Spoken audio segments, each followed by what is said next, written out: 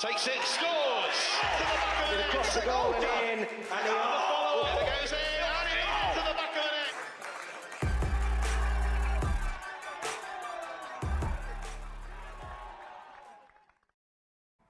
Hello and a very good evening to you from Uxbridge FC. And all I can say tonight is thank goodness for artificial pitches. The 5G surface here at Uxbridge has saved the day, because 48 hours ago the Wealdstone pitch where this match was due to be played has been passed, or was passed, as unfit for football. But we definitely have a game here tonight between the RAF and the Royal Navy in this under-23 championship. The RAF coming into the championship for the very first time against a Royal Navy team, of course, who this time last week battled a 2-2 draw against the Army.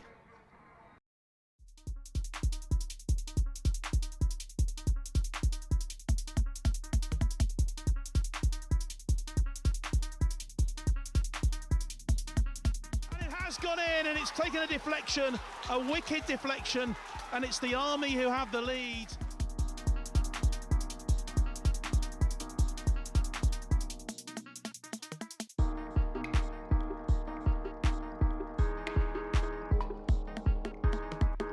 Going to be touched home.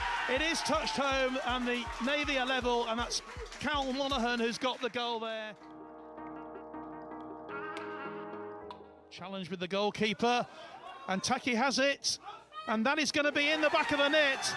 And well, Buster Reed has got the goal to put the Army 2-1 up.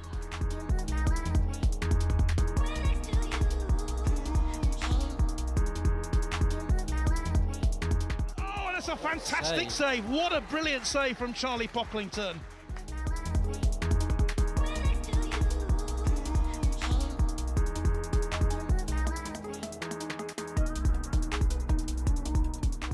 Got there first was the captain, Sol Roche, and that was a magnificent move.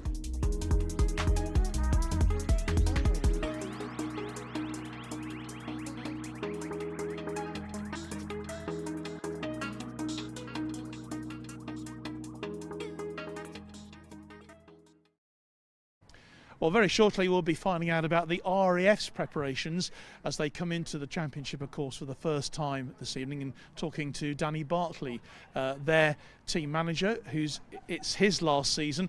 And talking of last seasons as well, it's the same for Stu Morgan here, Captain Stu Morgan from the Royal Marines, who is leading his team out for the last time this evening. And Stu, mixed feelings, I'm sure, but what a great 3 or 4 years you've had. It's been a great privilege, John. I'm not going to lie. I was blessed to have played for the Navy, the Marines and UCAF over my time over the last 20 years in the service, and to manage an under-23 side is really special. To harness you youngsters that don't really know much about the military and show them what they can achieve and push further into the senior team is quite an achievement. It certainly is, and just looking back on that opening fixture, of course, that you had a 2-2 draw in the end. I think it's probably fair to say that the Army were the better team in the first half. You, the better team in the second, came back and got that all-important draw. Yeah, I mean, we went into the game knowing Keith really well. We knew he was going to set up, extremely strong and aggressive in the way that they do their business, and I think we couldn't handle that in the first 20-25 minutes of the game.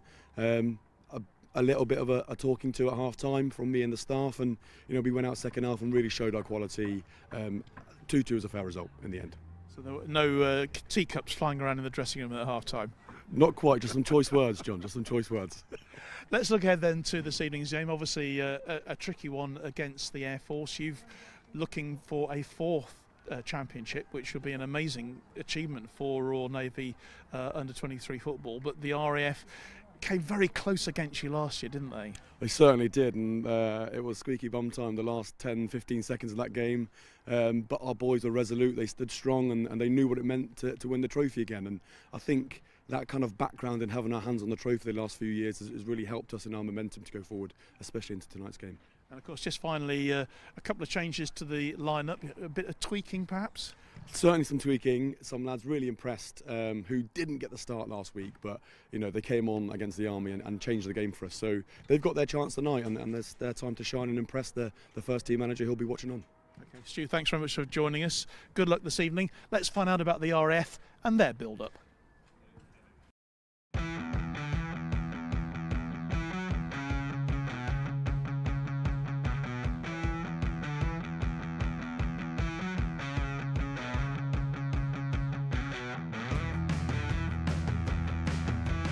Well, we've had an up and down season, to be honest. We've had a lot of injuries. A lot of people left last year. We lost 12. I think we've got 2 that featured in last year's service. So it's a brand new squad. So a lot of excitement amongst the lads, and hopefully that excitement gets us a result on Wednesday against the Navy. Yeah, I mean, it was a hard one to swallow last year, going so close, but credit to the Navy, that's what they bring. They bring a lot of enthusiasm and energy. Never say die, they kept on going. Yeah, we were a little bit unlucky, but hopefully this year we can make it right. Again, it's just body right this year. We know what we've got to do, we know how to do it, so we've just got to go and make sure we do it on Wednesday. Beating the champions is a good mission statement, I guess. Yeah, we want to win every game. We don't go into games of football thinking what the next result could be, so we want to win every game. We're going to go into every game knowing that we can win, hoping we can win. I've only played 2 games for the team before Danny asked me to be captain, so I was a bit surprised, but I am confident I think we can fulfil the role well. I think I've got to sort of get amongst the lads, and I've not had a lot of time to get to know them, but I think I've got a lot of good relationships already. I just be loud on the pitch and do my thing on the pitch. Yeah. Honestly, I'm normally quite quiet on the pitch, but coming into this environment, I think we've not got many loud players, so I kind of took that for myself to be a bit more louder, because I think the team needed that.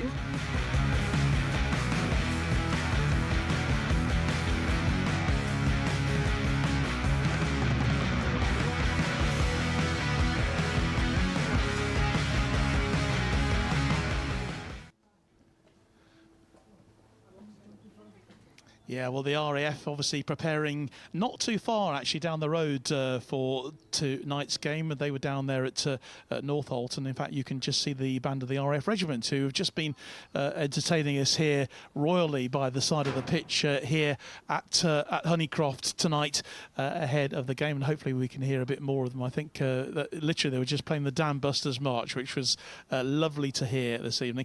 I'm joined by Major Steve Clout from the British Army Football Association, Assistant Secretary, and who's also the Referee Secretary. Steve, good evening to you, and thanks so much for joining us tonight. It's a bit of a chilly night here in Uxbridge, but I'll tell you what, we're looking forward to a great game.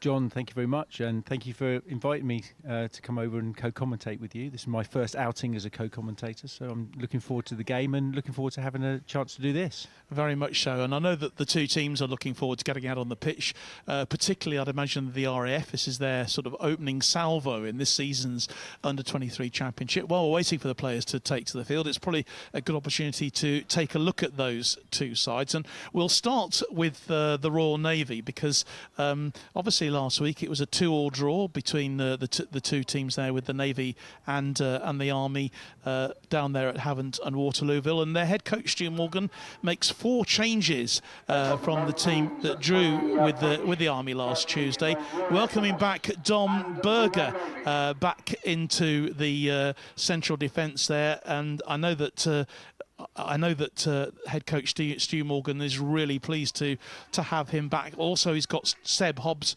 back in the team as well, and they are sort of back from operations and deployment.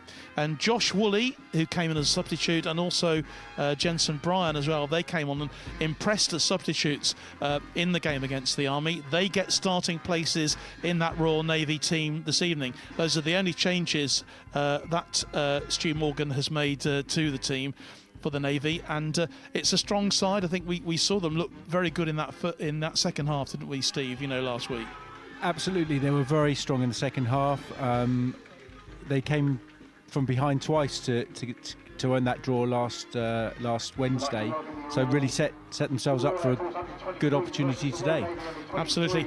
Let's move to the RAF then, as they come out onto the field now, taking to the field, and Danny Bartley, their head coach, in his final season with the team, almost unrecognisable, the squad this year, with 12 players missing from last season's squad. So a whole new group of faces, really, with a brand new captain, of course, Blake Ledger.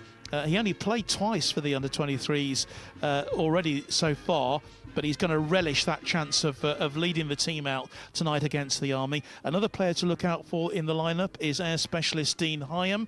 He scored in the 2-0 win over the Army last season. Don't want to remind you too much about that, Steve.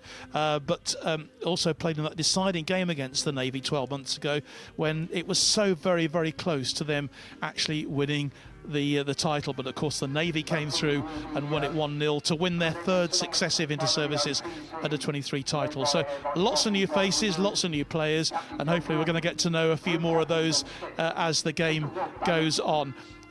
Just coming out onto the field now are the VIPs, who are looking forward to meeting the players. We'll have the national anthem very, very shortly, and for all these young players, Steve, it's absolutely great, isn't it, to get an opportunity like this to show what they can do at this under-23 level. Absolutely, this is the pinnacle. Well, it's one of the pinnacles of young sport, to represent your service at the inter-services. It certainly is. So being introduced then to the VIPs now, that's Air Vice Marshal Giles Lagood, who's the Royal Air Force Football Association Vice President, and Captain John Gordon from the Royal Navy, of course the Chairman of Royal Navy Football, and also Rob Babington, who is the RAF DUSC sponsors tonight as well. So they're just being introduced to the VIPs at the moment. And special moments when this happens, of course, they will have the national anthem, which will be played by the band of the Royal Air Force Regiment very, very shortly to get us underway here. But I must admit as well, Steve, this 5G pitch is absolutely superb. It was obviously an artificial pitch last week for the game, and the Wealdstone surface, of course, unplayable, as so many grass pitches are at the moment because of the weather we've had. But wonderful to be able to play on a surface like this tonight. It is, but please stand for the national anthem.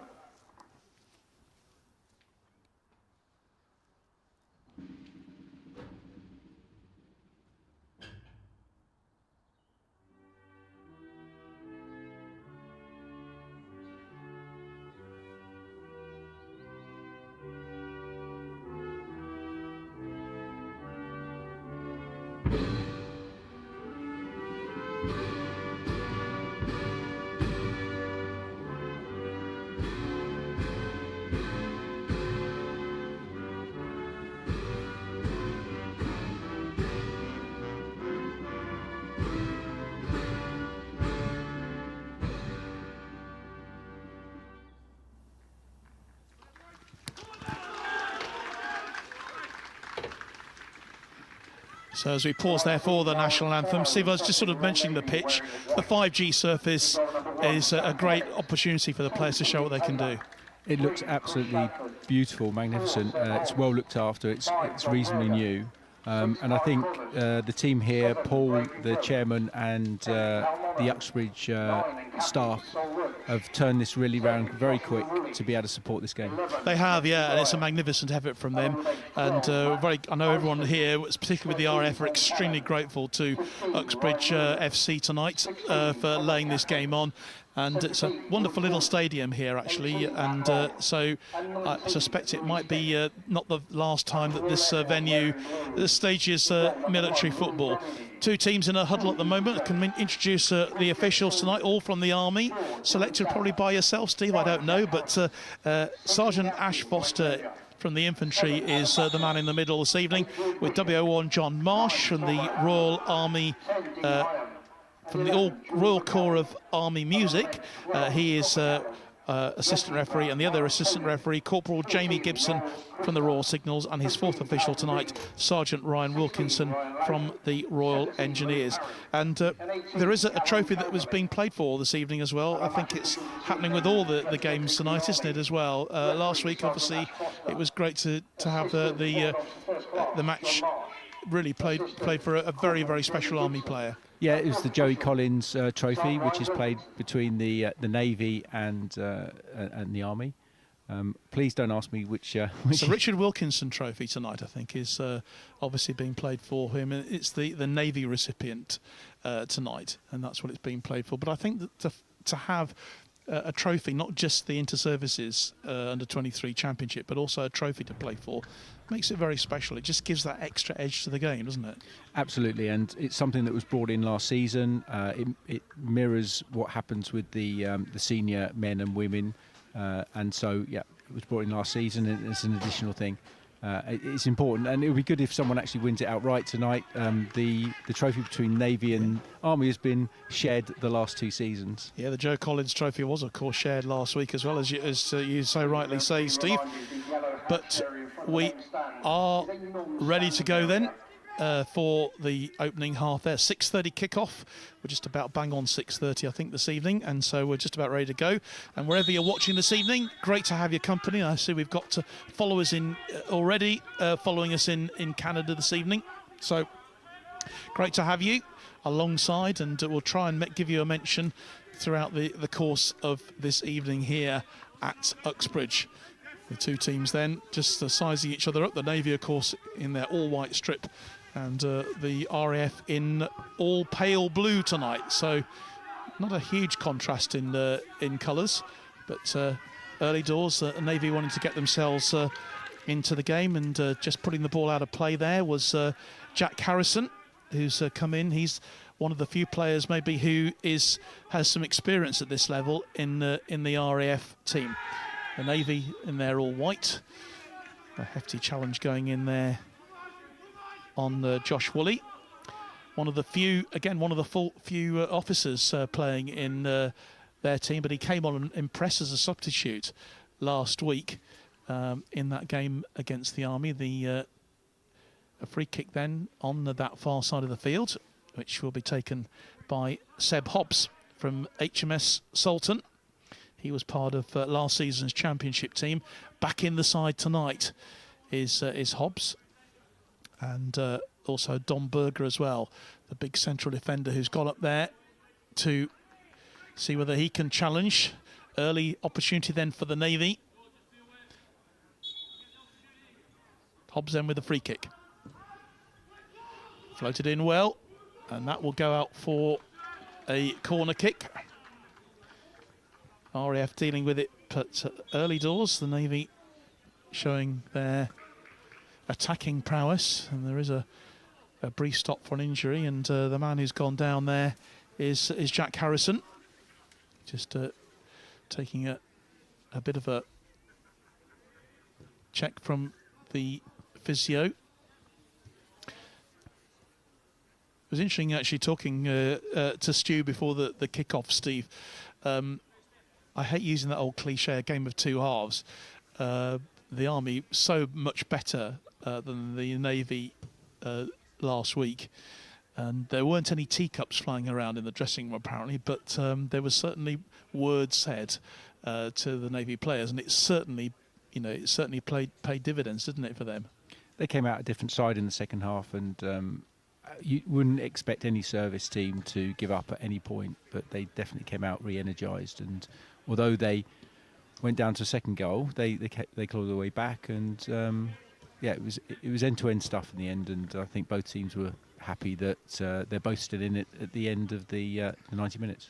Yeah, I mean, a draw kind of keeps the competition very much on the pot boiling, doesn't it, as far as inter-service is concerned. When that opening game ends in a draw, I know obviously both teams would have much preferred to have won and had the 3 points in the bag, but for us neutrals, it's obviously a great opportunity for both teams to progress even further. And for the Air Force tonight, obviously, if they were to get a win, then they would know that all they would need against the Army next week is a draw, but the Army would know they would need to win. The Navy wouldn't be able to retain the title, but a win for the Navy tonight, well, that makes it a two-horse race really between the Navy and the Army. After the draw last week, it means that the decision or the deciding game will be the last game, which it always ensures there's interest up to the final whistle. Well, just leaving the field at the moment is Jack Harrison, and hopefully he'll be back on the field very shortly. He looks like he's walking okay, but just took a little bit of a knock there. There will be a corner then for the Navy, which Jensen Bryan will be taking. Bryan, who was one of the substitutes last week and guaranteed his starting lineup in Stu Morgan's team this evening with an excellent display. Gets the corner in, it's floated in, and it's headed into the net very, very early on, and it's Seb Hobbs who's got the goal. What a start for the Royal Navy here. A perfect corner, brilliantly taken by Jensen Bryan, and there was Seb Hobbs to nod the ball home. Yeah, rose the highest, and there's a deep cross or deep corner into the far post, and rose high and headed it down. Very, very straightforward goal. Well, the Air Force just didn't deal with it at all. They've not even approached the opponent's half yet, and they're already a goal down. But it was a perfect corner, in-swinging corner, and the man on the end of it was Hobbs, Seb Hobbs with the goal. The Royal Navy take an early lead here, and that's really going to put the cat among the pigeons here, and straight away the Air Force pushing forward, looking for an early response and an early equaliser. Well, it's just the sort of thing you want in a cup tie like this, which is what this is basically. An early goal to really set the juices going. The Royal Navy then with an early lead here after just 4 minutes. Hobbs with the header from the corner taken by Bryan. But straight away, the Air Force can reply. They have a corner then on this near side of the field. Floated in. The Air Force trying to get hold of it. The Navy eventually clearing it, but still a bit of danger. Hobbs does the clearing up, and back to Sam Kellett in the Navy goal. Well, it's probably changed the whole course of this match, Steve, an early goal like this. Maybe the tactics, the formation, the ideas, maybe that Danny was coming up with. He's going to have to rethink it very quickly. As a coach, you've always got to be on your toes and ready to look at plan B, but I think it's early days yet, so I think they'll probably stay with their current plan and see how that pans out. I'm pretty sure that Seb Hobbs played a part in the Royal Navy senior team's successes as well last season. He's been brought back into the side, and already he's made his mark here. Free kick though goes to the Air Force, which Blake Ledger will take, the captaining the side. He's only played a couple of matches for the Air Force under-23s, but Danny Bartley putting a lot of faith in him tonight, in this young side, inexperienced side. He takes the free kick into the hands of Sam Kellett. 7 minutes played then in this second match in the season's Inter-Services Under-23 Championship.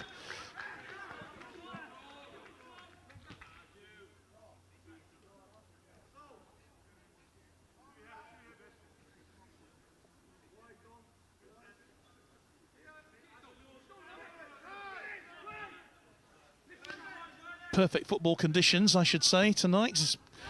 For football, there's no wind again. We had a bit of driving rain last week at Havant, but this pitch is playing as you would expect for really the latest upgrade in artificial pitches, beautifully well. Monaghan, scorer last week, of course, and Hobbs, who's been involved in everything so far for the Navy, puts the ball out of play. A perfect start really for Stu Morgan and for the Navy team to get that early goal. They're leading here by 1-0. Don Berger brought back into the team. He's been away on deployment, I think, and it's a real addition to tightening their squad. Louis Smith, who did start at number 5 last week, I think he was carrying a bit of an injury. He certainly didn't see the whole game out, but he is on the bench tonight. So he's obviously hoping he'll get a run through a bit later.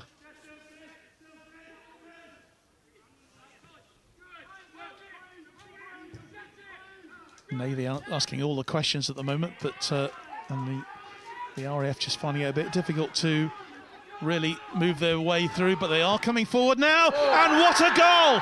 Well, that was a commentary curse then, and what a brilliant goal from Dean Higham. Brilliant run into the box, just picked it up from nowhere, and it's 1-1. It was a loose pass from the back. He picked it up. He still had a lot to do, but that was a terrific shot. What a magnificent equaliser from the RAF. It's 1-1 already, and we've only been playing for under 10 minutes here. Dean Higham, well, it's a perfect response from the RAF. The commentators cursed then, really, saying that the Air Force hadn't come into it, but it was a mistake at the back. Dean Higham takes it forward and then plants the ball past, really no chance for Sam Kellett in the goal. It's 1-1. My goodness me, what a great start to this match. 2 goals within inside 10 minutes, Steve. Wasn't expecting this. Well, fantastic. I mean, you can't ask for any more. And yeah, it's a great start and great entertainment. It really is. Hold on to your hats if you're watching at home. Navy once again pushing forward now. That's great work from Sol Roche there, the Navy captain. He's still challenging for that ball. He got the equaliser, of course, last week in the 2-2 draw. So I was talking to George Ryland on BFBS radio just over an hour ago, and she did ask me for a prediction. I did say 1-1. Got a feeling I'm going to be wrong here.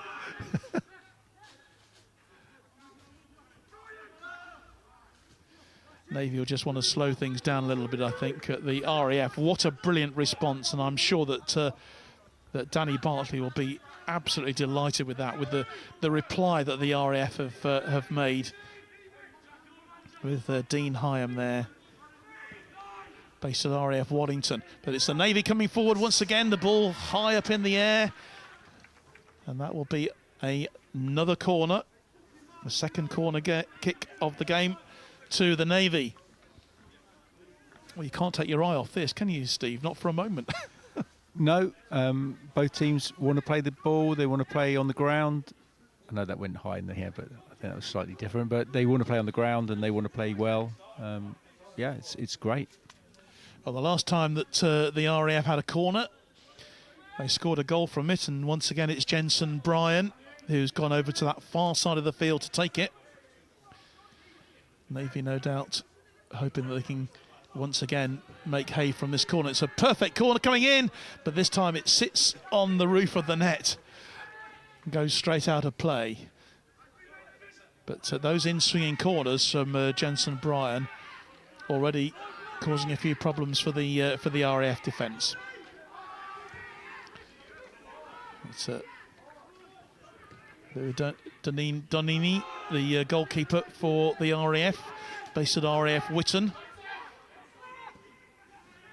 Nice work then from Batchelor. Ball out of play though. Navy throw-in, taken by Cian Taylor.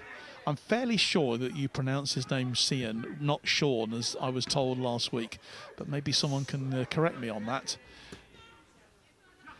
Here come the Navy though on this left-hand side. That's a good challenge from the Air Force right back there, Ethan Jones. But the Navy have it. Oh, that's a really nice bit of play. Still have it. Hobbs again. Squares it to Taylor. Back to Hobbs.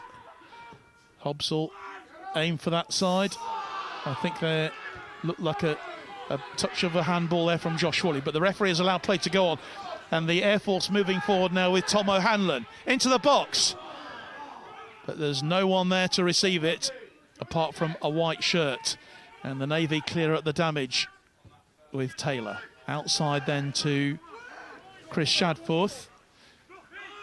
Motoring down this left-hand side. Still has it. Takes the 1-2. That's a really nice cross then for Brian. Can he get the ball across? Back to Roche. Roche again with the cross. And very nearly on the end of it was Braden Jones there for the Navy. Royal Marine with 40 Commando.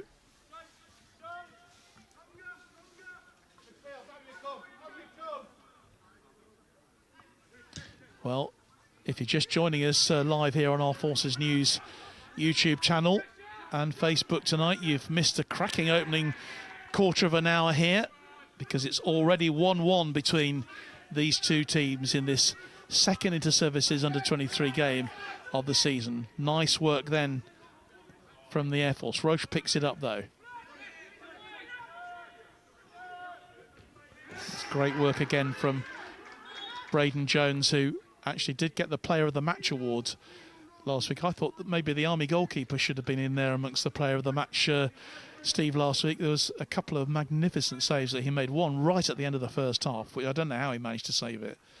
It's about outstanding goalkeeping that we saw on show last week. But the decision for this time has gone as a free kick to the Navy.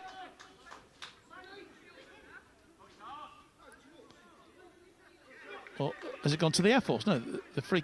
Oh, what's going on? There's a little bit of confusion there, but it is a free kick in the end to the RAF.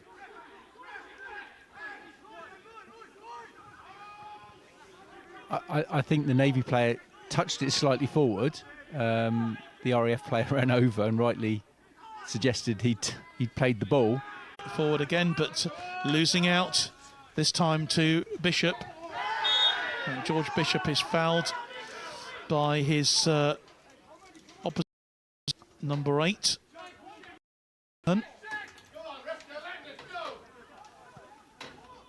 So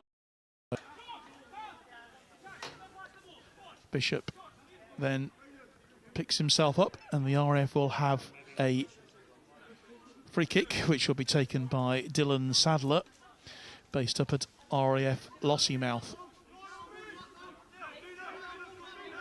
1-1 here in this match. Chance then for the Air Force to take the lead here. It's a really nicely taken free kick. Goalkeeper in the end punches the ball clear to Sam Kellett. But the RAF wanting to maintain the pressure. Get the ball in. Headed clear eventually by Dom Berger. I was just looking to see whether there was an offside flag there. And in fact, I think there was. Was there an offside? It was that, or a little pull on the Navy player.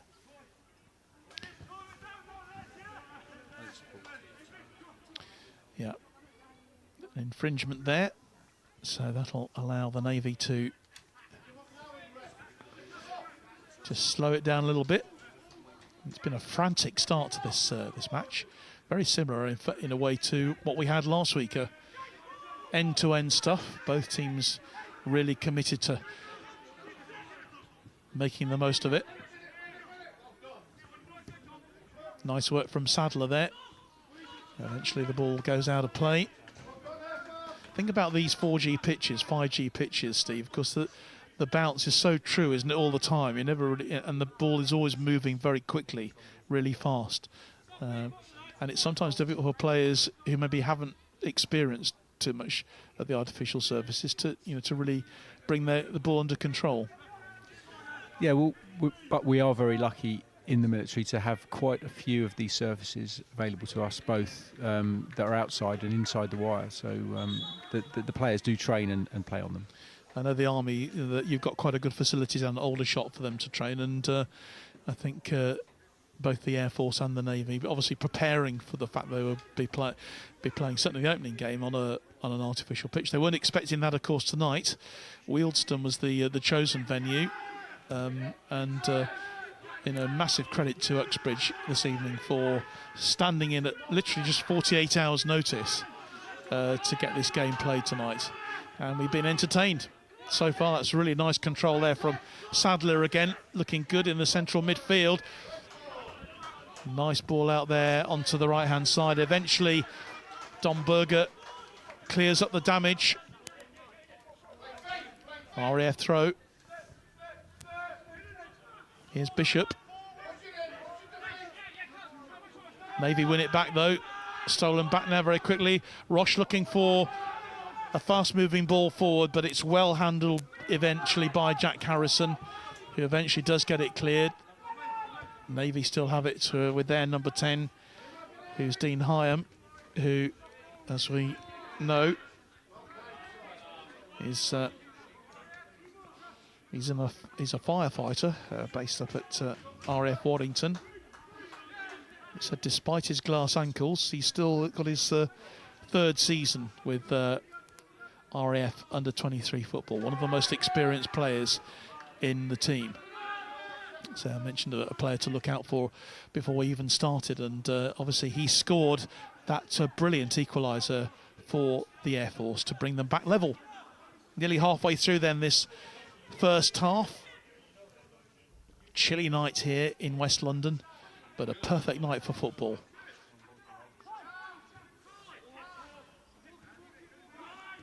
Here's Berger.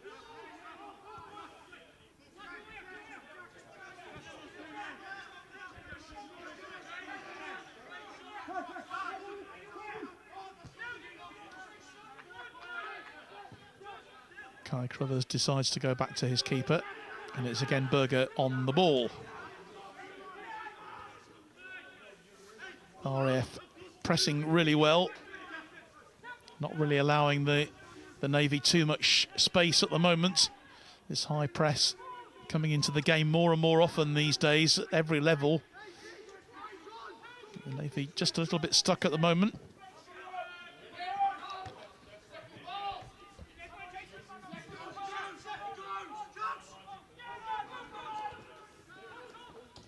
Ethan Jones finds his keeper, gets the ball back.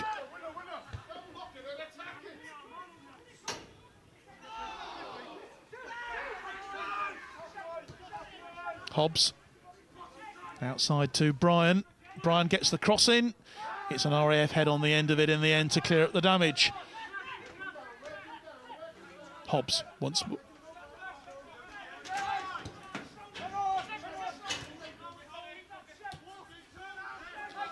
And Shadforth.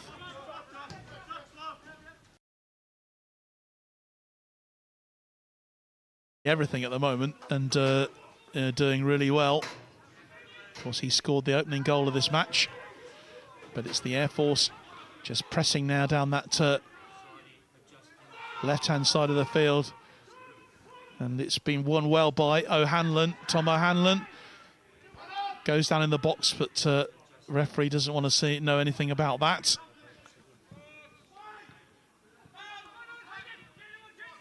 It's so competitive in this first quarter of the match. Nothing between them at the moment. One goal each, exactly halfway through this first half.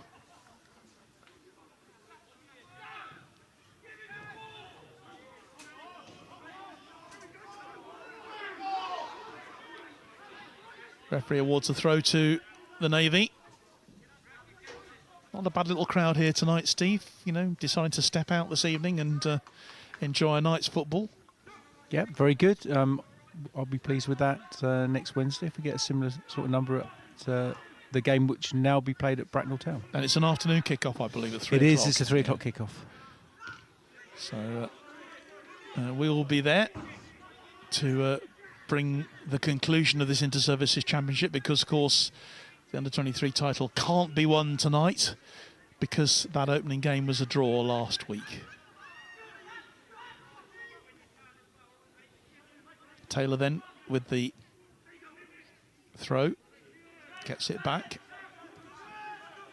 The Navy going back once more to Berger.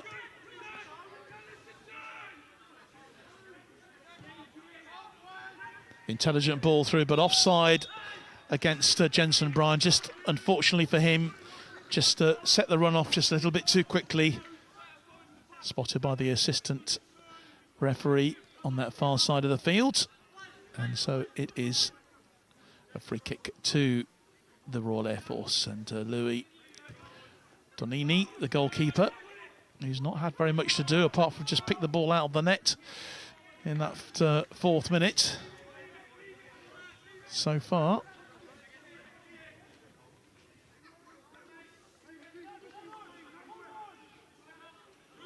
Game just settling down a little bit at the moment. Higham then with the throw. Gets it back. Does really well. Beats a couple of players. Navy get it clear eventually through Woolley.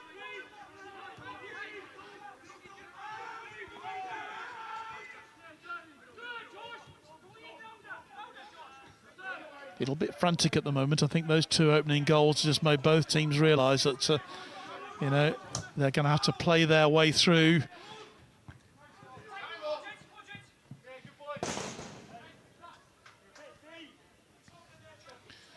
Ethan Jones then, based at RAF Cranwell and the ATC there. Big Manchester United fan, apparently. Here he is again. It's the ball forward. And the man at the centre of everything really for the Air Force tonight is Dean Higham. Players in light blue really settle themselves into this game here. So competitive. That's a lovely turn from Roche. He's beaten off his defender. He's into the box. What can he do with it? Well, he wins. Another corner for the Navy. It's been some good play so far, Steve, from both sides. Yeah, both teams are trying to play out from the back. They're just trying to play through. I think the Navy are playing probably from the back a little bit better, although the RAF are trying to nick the balls, and they've done it a couple of times. The RAF are going longer most times when they get back to the keeper. But yeah, it's a controlled performance, but another one of those set pieces. Taken by Bryan. Looking again for the big number 6 there, Kai Crothers on that near post, on that far post, but headed clear by the Air Force. That'll be a throw-in then to the Royal Navy, but there is a player down at the moment.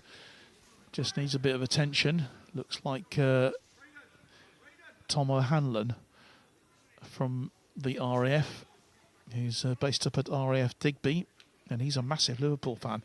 Big game tonight, of course. It's the Merseyside derby up at Goodison Park this evening. The last time that there'll be a Merseyside derby on that famous old ground. So a little bit of history there being made. In fact, it is George McCowrie who is down at the moment. He's based at RAF Leeming. His first season with the under-23 squad. Maybe gives us a chance just to have a look at those 2 goals again as well, because they came very early on in the game. The first, obviously, from a corner from the right-hand side, brilliantly taken by Jensen Bryan, and Dom Berger just making that space for himself at the near post to head the ball past the helpless RAF defence. And then the RAF replying just a few minutes later with a really splendid individual effort from Dean Higham there. A bit of a mistake at the back, and Higham was there to run into the box and put the ball past the Navy keeper, Sam Kellett, no chance for him at all. That's where we are at the moment. 1-1 between these two teams. Nearly half an hour played. And no further chances. So the Navy, the RAF are having to make a change. So the Air Force having to make a change. Ryan Lawton has come on to replace George McCarry, and that's really tough on the young man who literally his first appearance at under 23 level for the RAF brought to an end after just half an hour, just under half an hour's play. But a chance then for Ryan Lawton, who himself making his under 23 debut tonight for the RAF. That will be a goal kick. Lawton, who is based at RAF Wittering in Cambridgeshire, just off the A1 there. RAF goalkeeper then, Donini. Ball goes straight out of play. Navy once again have a chance then to put some pressure on the light blues. That was well won though by the Air Force. Sadler. Roche trying to win it back, and it was a late challenge, which I think the referee quite rightly picked that one up, Steve. It was a bit of a lunge, wasn't it, at the end there? Yeah, I don't think he made contact, but you don't need to. He's attempted to trip or attempted to kick, so yeah, free kick quite rightly. You need to keep the tempo down, heat out the game if that type of tackle isn't looked up, isn't. If he'd made contact, there might have been a yellow card involved. Yeah, I think so, yeah.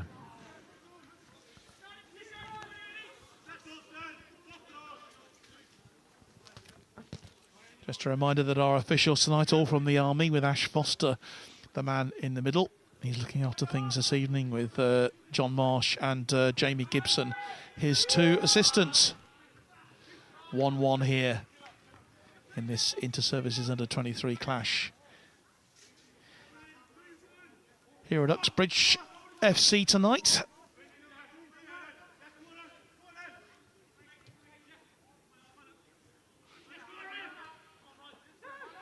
Nicely worked by the Navy.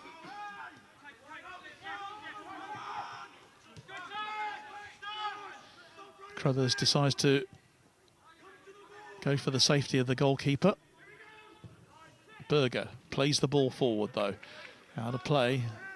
And the RAF will win that throw in on that far side of the field. Again taken by O'Hanlon. By Higham rather. Out of play it goes. So quite a bit more ground made by the Air Force.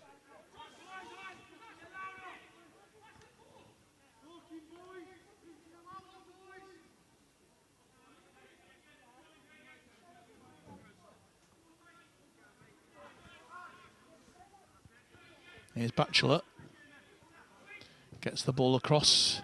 Cleared away temporarily.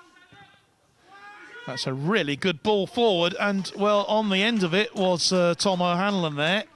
There's Dean Higham getting the cross in, and if he connected with that with any sort of accuracy, I think we might have had a second goal for the Air Force there, Steve.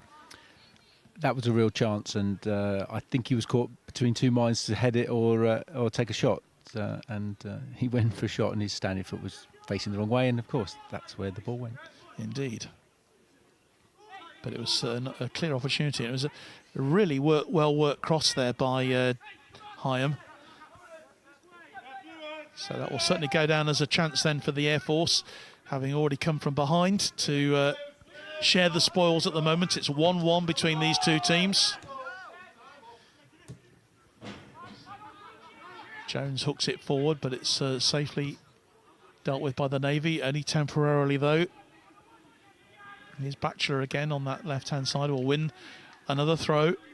RAF just beginning to assert themselves at the moment, Steve, just looking a little bit on top here. Yeah, they're having more of the chances. The Navy aren't quite clearing the ball, and it's coming back in a second time, so they're getting an extra chance. So, yeah, the pressure's starting to come on now. I'm sure the two coaches, Danny Bartley will probably be the happier of the two at the moment, particularly with the way that his team have come back after conceding that early goal before they'd even had any attack of their own. But this game can change so quickly as Ethan Jones finds his goalkeeper.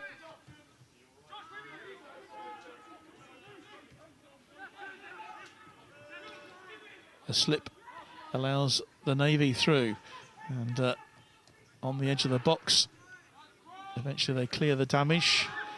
Josh Woolley not able to make the most of it, but that's a really good challenge from Crothers there to snuff that little opportunity out for the Navy, and they win the free kick. The challenge then on Sol Roche, one of the most experienced players in this Navy team.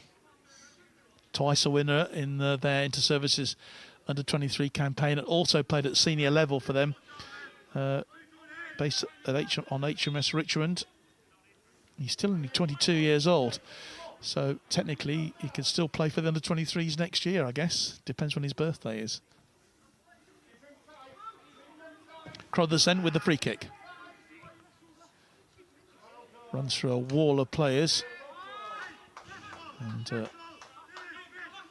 eventually no danger to the RAF. Looking pretty solid at the back at the moment, the Navy, but in fact both defences in these middle stages of the first half looking pretty strong. The Air Force, as we know now, have a substitute on the field with Ryan Lowton, who's come on, having to replace George McCowrie.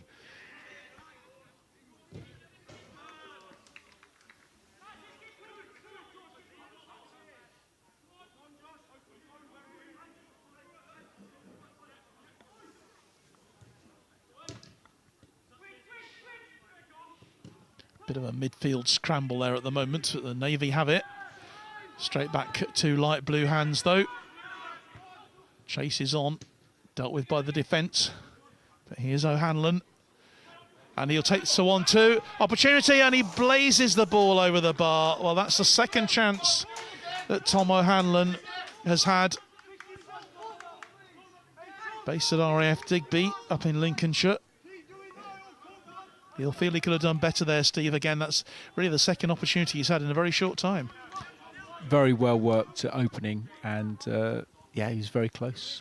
Just mishit the ball a bit too high, but he's very quick. He's very dangerous. Yeah, a danger man there. The Navy have got to look out for him. That's the Navy coming forward now with Dom Berger. Just a bit quick to hand the ball back or get the ball back. Kellett has it.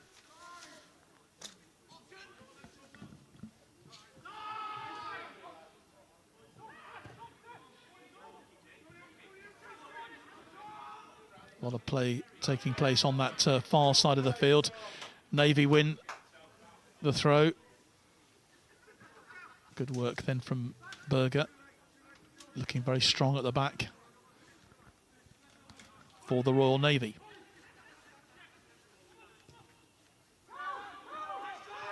Here's Monaghan. Makes a challenge. Full-blooded challenge from both of those players. Crothers. Plays it infield to Seb Hobbs, scorer of the Navy goal early on in the match. Berger. Looking for his captain. It was a late challenge, was it? I think instead it's a throw to the Navy.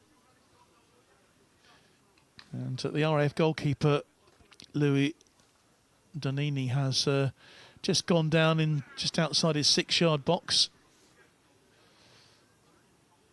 He looks in a bit of a discomfort there, so there'll need to be a little bit of attention for him, I think. Physio on the field to have a look at him. And already, of course, the RAF are down to Having made one substitution, they do have obviously a substitute goalkeeper. Miles Coley could be brought into action. Again, a debutant at this level. I wonder whether the pitch, Steve, is just taking its toll a bit on the players.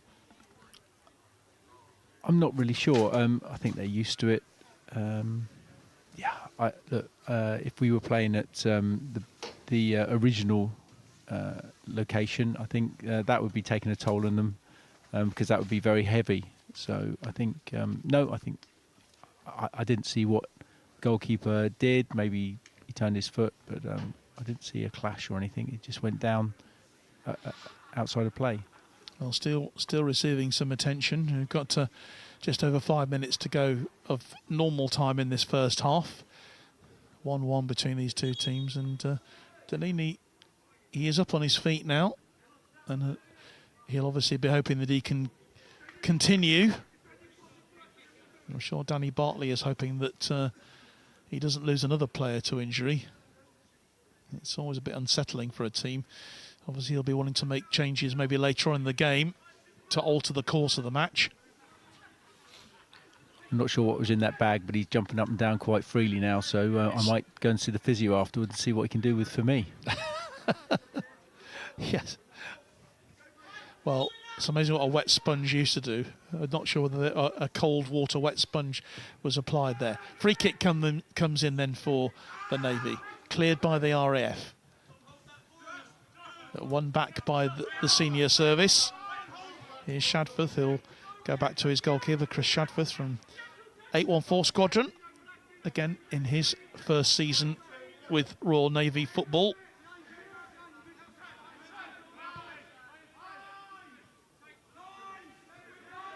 Taylor. Ball down the field looking for Roche, who's herring down the field like a whippet. But, a judge to have fouled there, Jake Staunton. So that chance for the goalkeeper maybe to just test his ankle. Seems to be okay as he takes that free kick.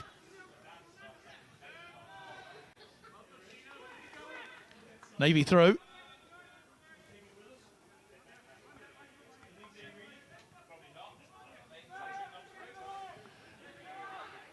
Roche loses out, but the Navy will win it back, and here is Sol Roche onto that far side. And a really good challenge there from the defender to stop the Navy in their tracks. Jake Staunton did a good job there. Navy spreading it wide.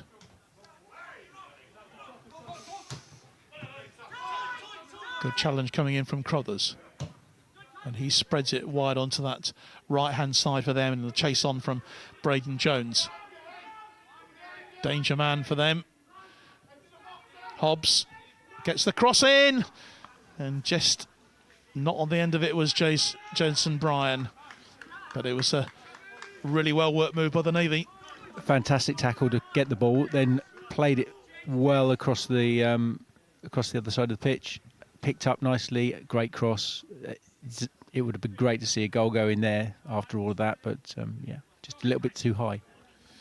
Yeah, Kai Crothers there, great work, great tackle from him, from the HMS Prince of Wales man.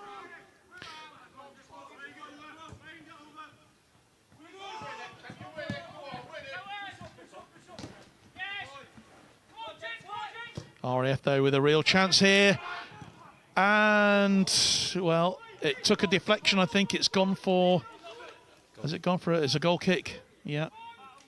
A real opportunity there, and it was Dean Higham again who was on the end of that. That could have gone just about anywhere.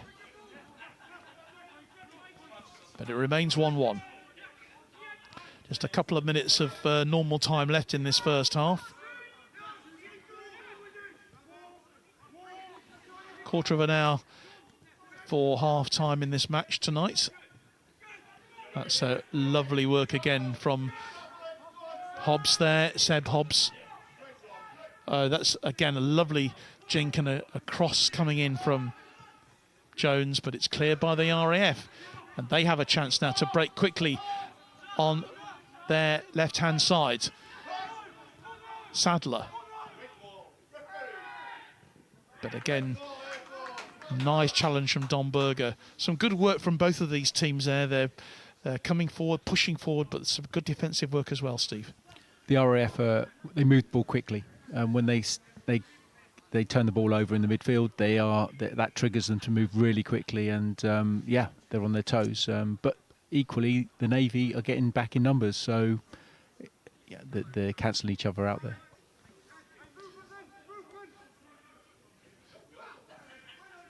Long throw coming in. It is another corner to the RAF. It's only their second corner kick of this match.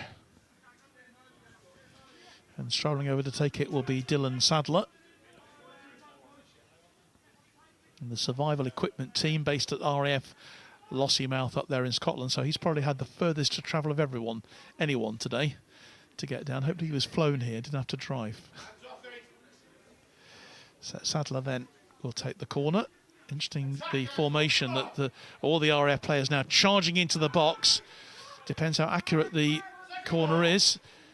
Headed clear eventually by the Navy, and there was an offside flag went up there. Interesting tactic, seeing that the Navy having to defend there. The RAF players all gathered on the edge of the 6-yard box, charging in there for that corner. That's obviously something that they've been practicing in training. But here come the Navy, and here's Brian, and he will win a corner.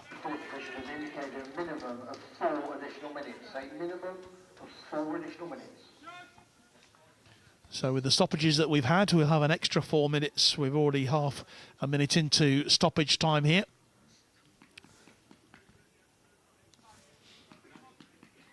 It's the Royal Air Force 1, the Royal Navy 1. In this inter-services under 23 clash here at Uxbridge FC. So say they stepped in very much at the last minute to get this game played. Corner comes in. And that is a goal kick. So no danger then for the Air Force. They snuffed that one out. Even Steve really, I think it's probably fair enough in this game. The RAF, I think, have certainly improved the most, haven't they? They made a very slow start, but they've certainly improved a lot as the half has gone on. Well, they leaked a goal early, very, very early on. They kept to their game plan. They get the goal back. So, yeah, I think it's sort of balanced out then. It's been entertaining.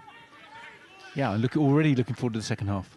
Well, first half isn't over yet, so we could still see a change in this scoreline, but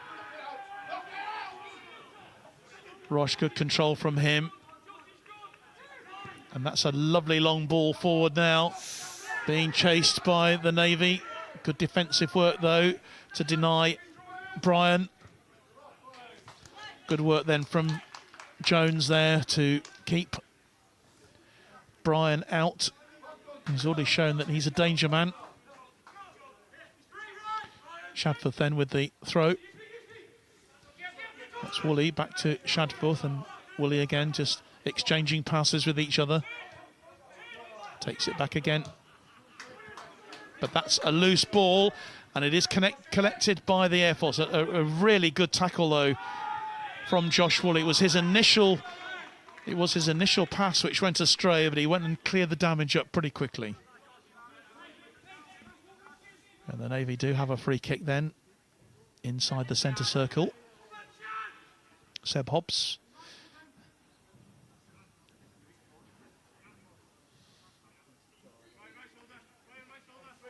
He was part of last season's championship winning team for the Navy.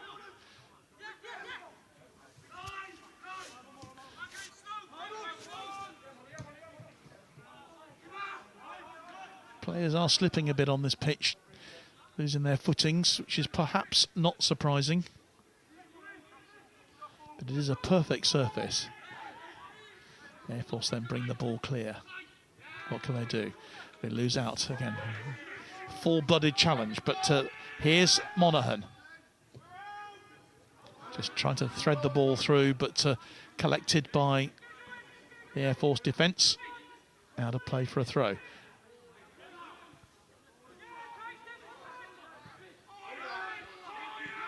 Navy anxious to get this ball forward, just looking for to end the first half as they began it. Chase then for Chris Shadforth.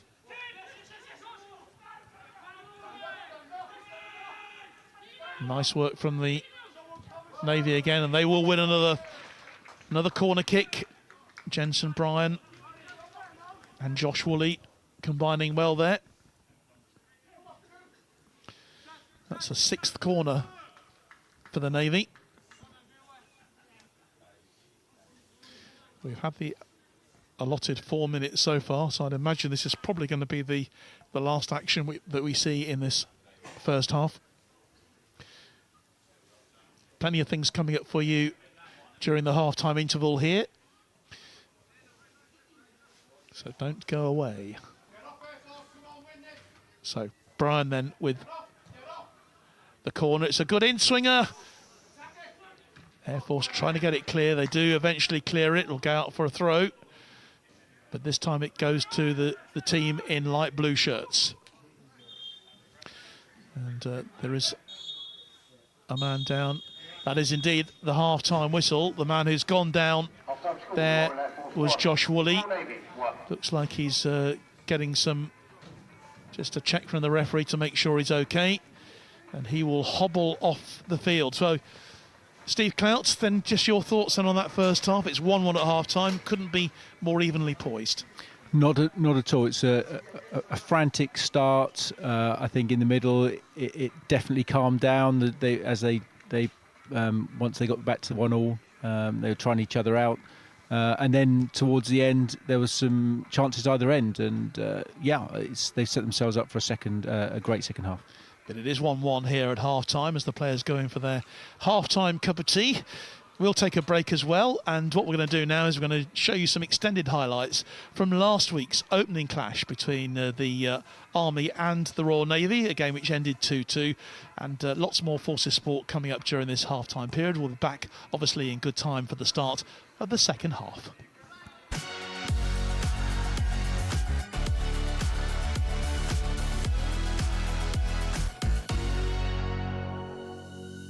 One caller who's coming from Canada this evening, where he says it's minus 30 degrees. It's a bit warmer here tonight. Here come the Army, though, with Jack Layton. Comes inside the edge of the box. Army still putting the Navy under pressure, and that's a great opportunity there. And it was Declan Howe who was on the end of that. Bud gets the cross in, defended by the Navy. And back to help his defence is Braden Jones. But the danger's still not over yet. Here's Jamie Ford, and that's a really good cross. And a chance for the Army, surely to score. Great save from the goalkeeper.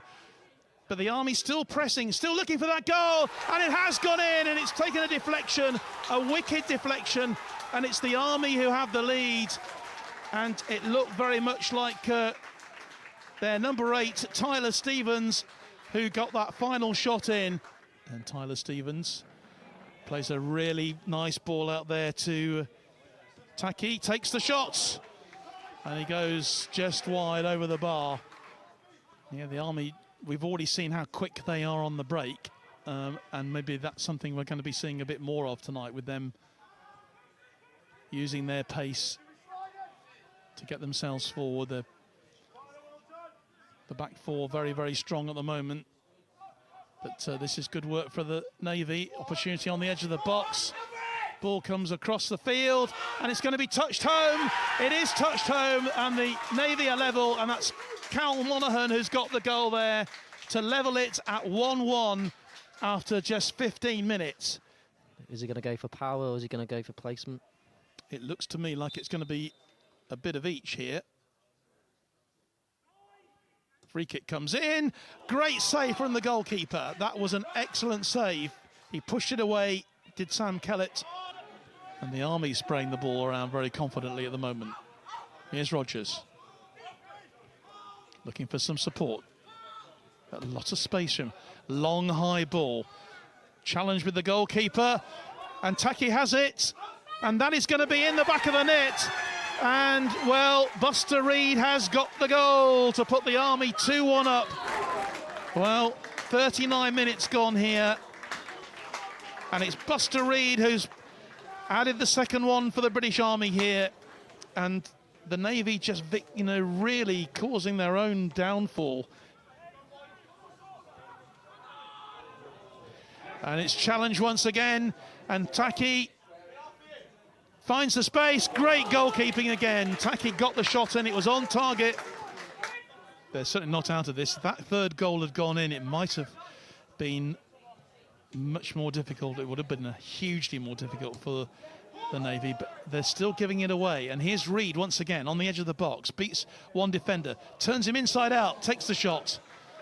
And that's out of the ground.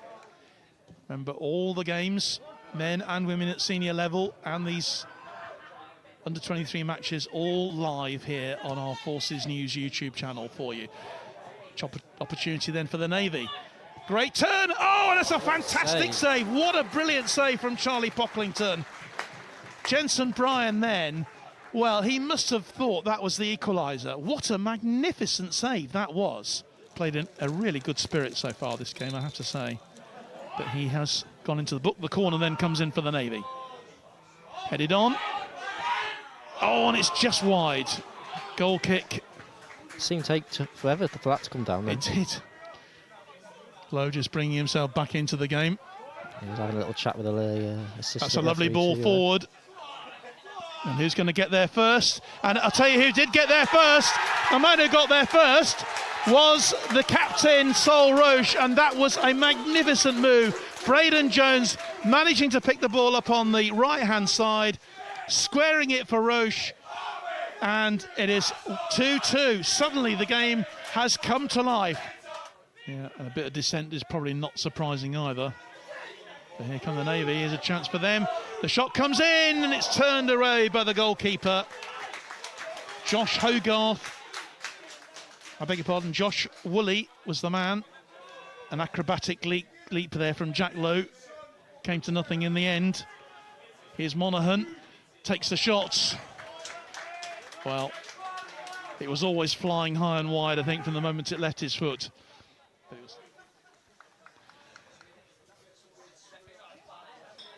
So Monaghan with the corner. Again, it's a good one. The goalkeeper just touched it wide. It was a great save from the keeper. Once more, I think that was going in. Charlie Pocklington has made a crucial save from that corner. That's throwing the dice now. Just a little bit too far even, I think, for Jones to catch. He's been brilliant in the second half, actually. And that is indeed the last action of a really entertaining inter-services game here. Played in the right spirit.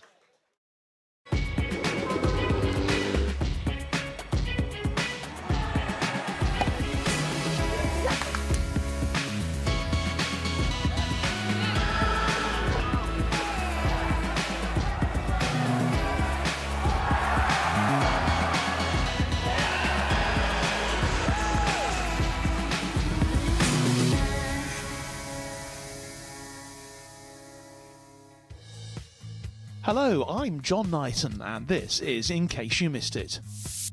Hundreds of athletes from across the armed forces have competed in the 74th Inter-Services Snow Sports Championships in Mirabel, the 19th successive time they've been held in the French Alps. Teams representing the Army, Navy and the RAF competed in alpine, telemark, snowboard and para snow sports events at the famous French ski resort. You can catch up on all the action from Mirabel on our website at forcesnews.com. Former soldier Corrie Mapp has won the Para Bobsleigh World Cup crown for the third time in his career. Mapp secured his title at the World Cup in Sigulda in Latvia, adding to the titles he also won in 2024 and 2018. He'll now go on for gold at the Para Bobsleigh World Championships, which gets underway in St Moritz on the 13th of February. Former Royal Air Force triathlete Luke Pollard has been named the 2024 Male Athlete of the Year. The award is presented by the British Elite Athletes Association and is voted on by Britain's Olympic and Paralympic level athletes. Pollard guided Britain's #1 visually impaired triathlete Dave Ellis to Paralympic gold last summer in Paris. With its origins rooted in military use, it's no surprise Muay Thai has a growing fan base with those serving in the British forces. The national sport of Thailand is referred to as the art of 8 limbs. The nickname encompasses the striking aspects of the sport, which include punches, elbows, knees and kicks. Athletes can use any of the 8 strikes on both the upper and lower body, making for a fast-paced and explosive sport. The unarmed combat nature of the sport only boosts its appeal. There are now hopes Muay Thai can expand its reach across the military, and official recognition by all 3 services is just the start. It's one of the most effective striking martial arts there is. You're using every limb that you can. You're not restricted in that sense. So you've got punches, elbow strikes, knee strikes, kicking. You can also do some grappling, clinch work we call it, sort of standing grappling and wrestling moves. So it's really all encompassing. There's a lot of crossover with MMA, which of course so many people now find addictive on their televisions. Yeah, a lot of crossover. Like I said, it's because it's one of the most effective striking forms that there is. It's obviously used a lot in MMA, where you can use any striking form you want, and this being one of the most effective, that's the one they tend to pick up and use. But obviously, none of the ground element of things that you see in MMA. This is all fully standing work, striking work, and a little bit of clinch, so like stood up, grappling, but nothing on the ground whatsoever. UK military Muay Thai enthusiasts can look forward to an exciting chapter in the coming months, with athletes from the forces going toe-to-toe in the ring. And now we've got tri-service JSP 660 recognition in this.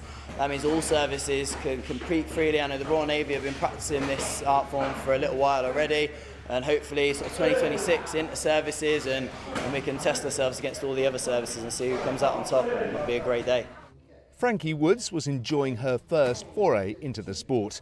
The Yeovil-based air trooper wants to encourage more service women to give it a go. I've been into boxing a little bit and I've always wanted to try Muay Thai, but obviously there's no facilities that do it. So when this opportunity came up, and I thought, because I know Ben, the head coach, so he was like, come and have a go. And then when we got the instructions through, I pushed it out to all the women over the army as well, so try and get as many women interested, because I think for a woman it can be quite intimidating, this kind of martial arts. So for us to have the opportunity to come and try it as well, it's brilliant. It seems very welcoming, and the great thing is that the coaching has been spot on today. Yes, absolutely. The knowledge and the background that all of these guys have is amazing, and especially for us to go away and take it with us. Yeah, where would you like to go with the sport? Obviously there's the army team, hopefully in inter-services, that will encompass females as well. Yeah. Have you got your eye on perhaps going a little further? Oh, 100%. Even just the training, not necessarily like wanting to fight, but the training is incredible, and just the stamina, the strength that you build up, and I think it's brilliant, and especially for women, just to have that bit of combat go as well. A number of the Army team are set to compete at the National Muay Thai Championships in the coming weeks. The first inter-services competition will take place in 2026. Julian Evans, BFBS Forces News, Worthy Down. The header is in the net. It's a goal. And the follow-up takes it, shot, and it's a goal. It's a goal, John. This time, a chance for the RAF, and he's missed it. Shot. What a save! And it's a really good save. That's a superb save. For the RAF to finish it off, and he has done. He's in the net. It's a goal. Takes it, scores. To the back of the net. Across the goal and in, and the follow-up. There it goes in, and in to the back of the net.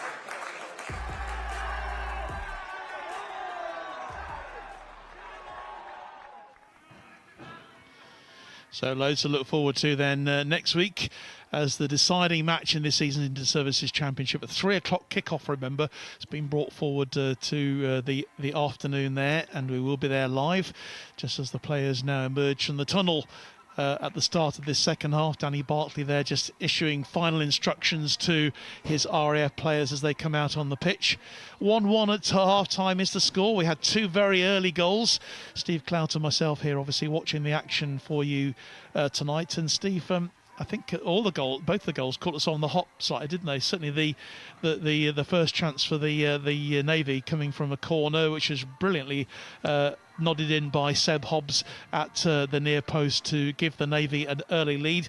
But the RAF hit back immediately, really, and it was Dean Higham who got that equaliser with picking up on a loose ball, running into the box, and then driving the ball in from just inside the 18-yard box. And since then, it's been pretty even, Stephen, in the first half. Yeah, very, very even match, enjoyable match. I think both teams are showing that they have been practicing their set plays. Obviously, the Navy have scored from theirs, and I'm sure their set play coach will be celebrating his design of that goal. But the RAF have had their set play. You can tell they've been practicing theirs as well. But the key for them scoring their goal was the trigger that they were pushing on. They had the high press. They managed to intercept that ball and score a terrific goal. So it looks like the Navy are making a change. Braden Jones is not taking the field in the second half. He's being replaced for the Navy by Matt Long, personal support group. And so he is coming on the field. That's a blow for the Navy because certainly Braden Jones had an outstanding performance in that first half, certainly in the first game, I should say, against the Army. So he is missing, but coming onto the field to replace him is number 17 for them, Matt Long, AB2, Matt Long. So he's got an opportunity, and a couple of changes as well being made by the RAF as well. I'm just sort of seeing those numbers just popping up there. It looked like number 18 coming on for them, which is Callum Calverley is coming on for them, wearing number 18. I'm just trying to see who's going off. Number 10 definitely going off for them, which is Dean Higham, and that's a blow for the RAF as well. So Higham has gone off for them, but a change being made by Danny Bartley for them as well. And so taking his place for the RAF is number 15, Cal Devine, based again at RAF Lossiemouth as well. So a few changes then for both teams, as both team managers aim to maybe just sort of freshen things up a bit in the second half. Is number 18, Callum Calverley.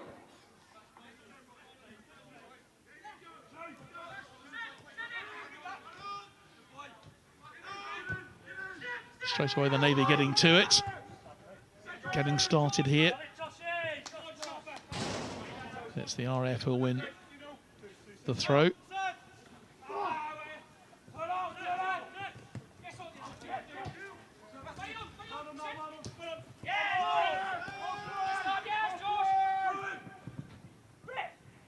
Good challenge going in for the Air Force then from George Bishop. Puts the ball out of play. That'll be a throw to the Navy. And straight away there, number 17, Matt Long, leaves it for Taylor to take it. He'll take the ball back, gets the cross in. Goalkeeper underneath it though. No problem at all there for Louis Donini, who seems to have shaken off that early problem, or that problem he had towards the end of the first half. Here's the Air Force. And straight away, one of their replacements, George Gordon, getting involved. And Louis Smith as well, who's come on. Sorry, I beg your pardon. It's Callum Calverley who's come on for the Air Force. Calverley, who's based at RAF Waddington, the supplier there.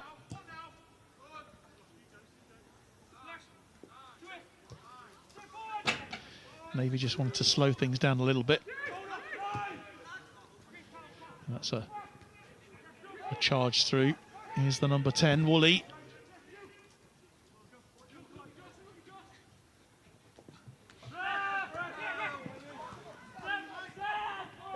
Long onto the edge of the box. Chases on. Long will get this ball back. He puts the cross in. What a challenge that was. I'm afraid it was a bit boisterous challenge there from Jensen Bryan, which has floored his RAF man there. It was a hefty challenge went up. And Jack Harrison still just getting to his feet there. Referee just checking he's okay. I think it was an unfair challenge there in the end, Steve, wasn't it? Yeah, I think the ball was well away and he came in late, so yeah, the referee gave the right decision there. Early moments then of the second half between these two teams. Very competitive out there.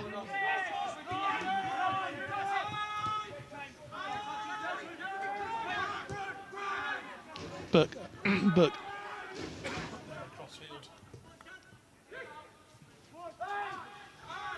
Crothers, who impressed me in that first half for the Navy. Berger again looking for a through ball through, but challenged by the RAF. Eventually they get it clear. Just need a bit of composure on the ball. I think both of these teams really going at it, hammer and tongs early doors in the second half. Just need a bit of a composure, I think, just to slow it down a bit.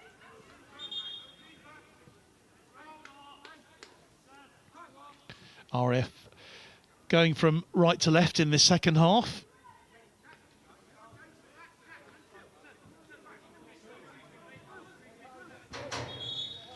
And wherever you're watching this evening, it's great to have your company with us, live on our Forces News YouTube channel. Live here from Uxbridge this evening.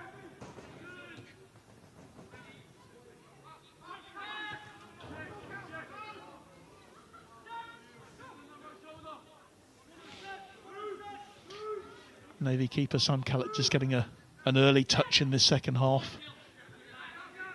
Good press from the Air Force. Navy being forced back once more. Callett goes long in the end.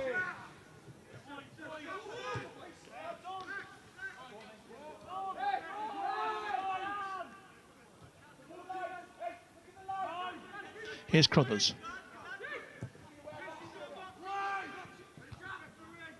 Long ball, fairly straightforward for the Air Force defence to look after. Bishop. And eventually, Ian Taylor goes back to his goalkeeper.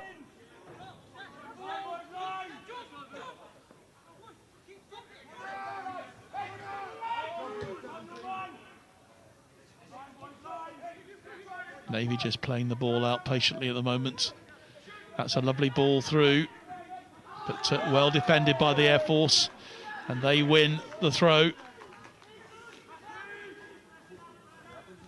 Well, nothing between these two teams at the moment, Steve. It's very much as it was towards the end of the first half, isn't it? Both teams are trying to play the ball on the ground. They're trying to pick the passes out. Not quite coming off both ways, but they're determined to continue to play football as opposed to just launch balls forward. So, yeah, it's good.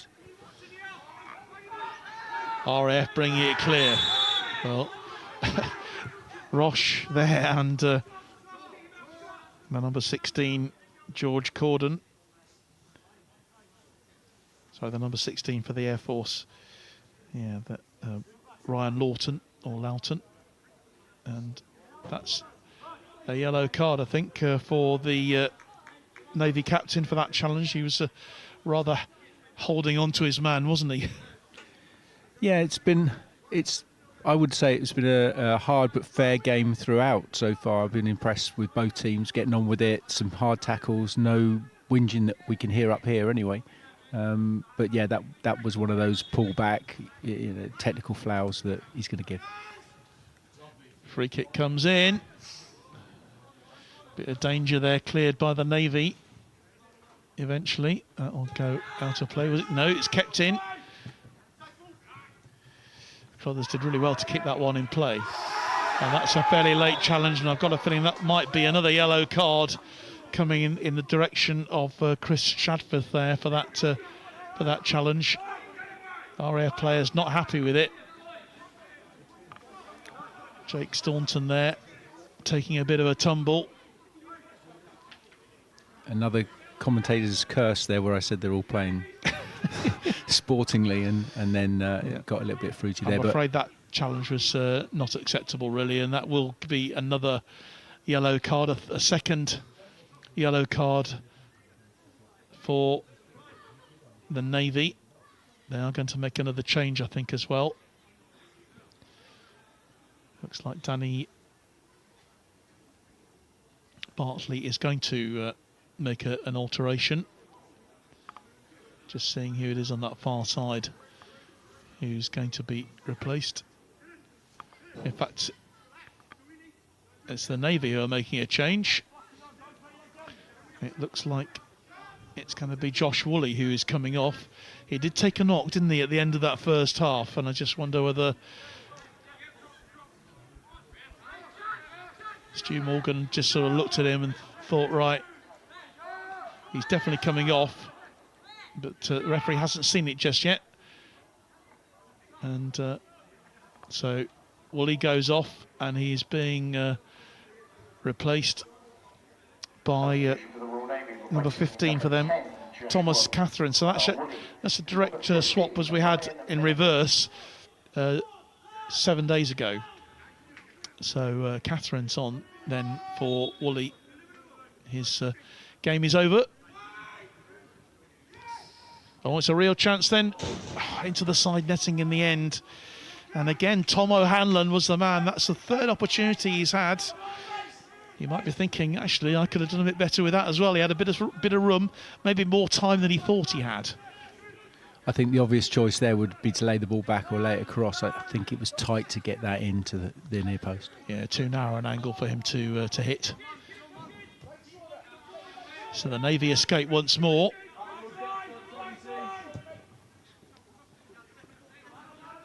As this ball floating in.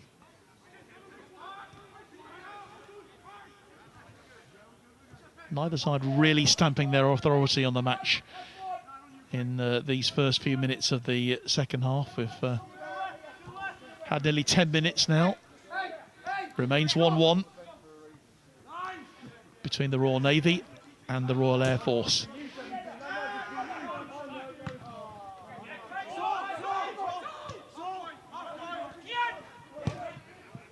Taylor with the cross, and on the end of it is the number 11, and this time it is Jensen Bryan. He created the opening goal. It was a really good cross that came in there from Taylor, and it was Bryan on the end of it, and he's put the Royal Navy 2-1 up. Yeah, I think that the RAF, they're not pressing as high as they were in the first half, so they're dropping back to entice the Navy to play that ball forward, which they did, and straight into the RAF. But unfortunately, they laid it straight into the Navy's path. Great cross and great goal. Yeah, Jensen Bryan. So he's the scorer.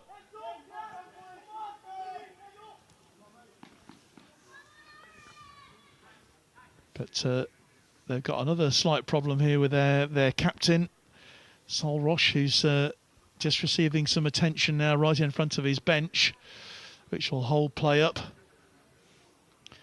Well, we had 2 goals right at the start of the first half.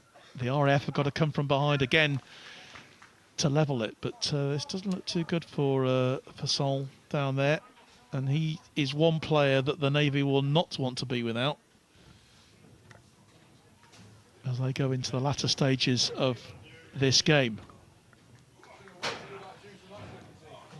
But they do lead by 2-1 now. Maybe we can just, while there's a break, we can have a look at that third goal again for the Navy. And as you say, that the RAF may be victims of their own downfall there, because it was picked up very quickly for them by Cyan Taylor on this right-hand side, put a perfect cross in, and Jensen Bryan not really challenged too much to put that ball into the back of the net. And they lead now by 2-1. So here we go then, as we restart the game now. So Roche is back on the field, keeping a close eye on him to see whether he can continue. Seems to be okay. He's still actually receiving some attention. Doesn't look too good for him at the moment. He'll be allowed back on, I think, if he is indeed going to return to the field after 30 seconds. He does indeed come back on now. Gets a signal from the referee. So what can the RAF do? They've already come from behind once. Blake Ledger. That's their captain. Goes down, but the referee says play on. They're going to have to throw everyone at this game now. Here's Devine. Good play from him. Maybe they'll snuff it out. They'll come forward here. This is going to get quite frantic, I think, now. The RAF will be just throwing everything at this game now to get back on parity. So they've done it once already. They can do it again.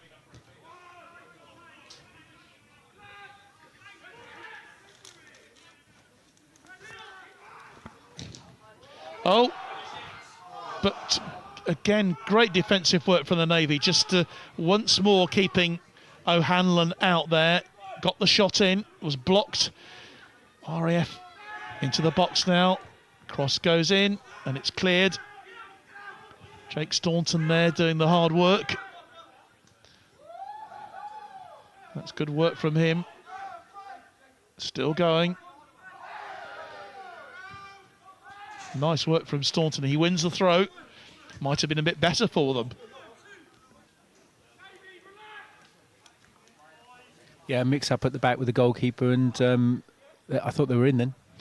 Calverley then gets the throw in back, gets the cross in. Goalkeeper makes the save.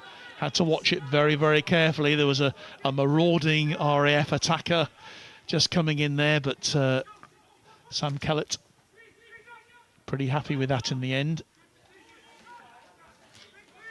An hour gone here at Uxbridge.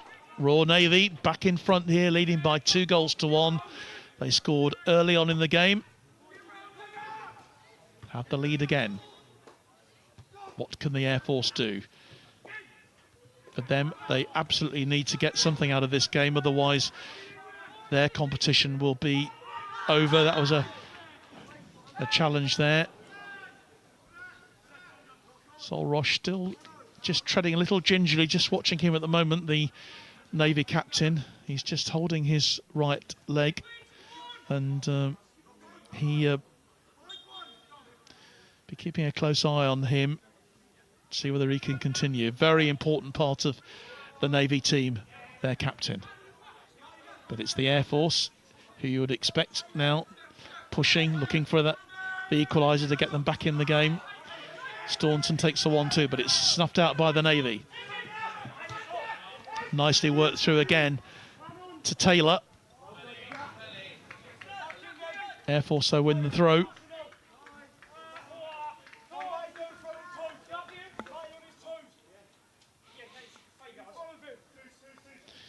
And the RAF, Steve, have got no choice really now but to go for it, have they? They need to get something out of this game. Great ball forward by Bishop, though. No real opportunity, though, at the end of it. Navy goalkeeper Sam Kellett's just slowing it down. They'll deal with this.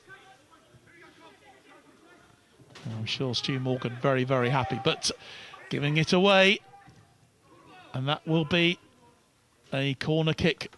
The first one of this second half then. And it goes to the RAF.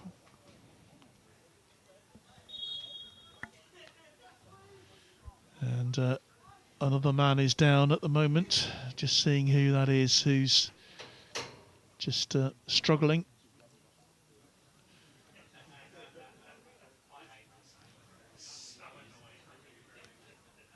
Just holding his right knee there.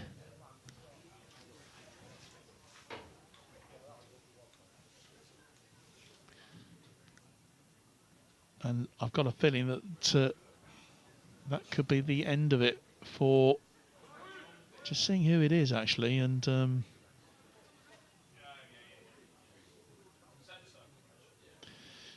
looks a bit like, well, Sol Roche obviously is still on the field, but being brought very gingerly to his feet is Cian Taylor.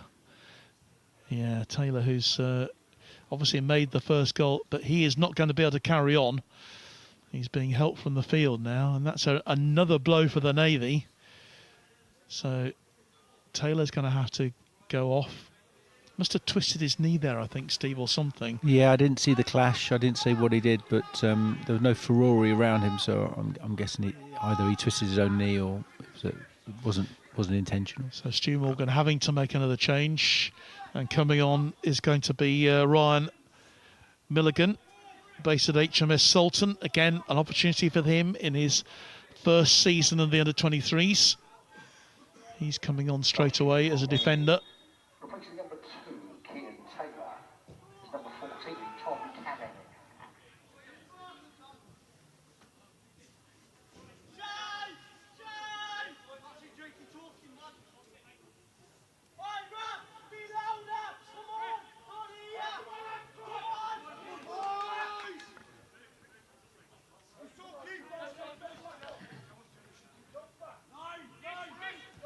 So the Navy anxious then to slow things down.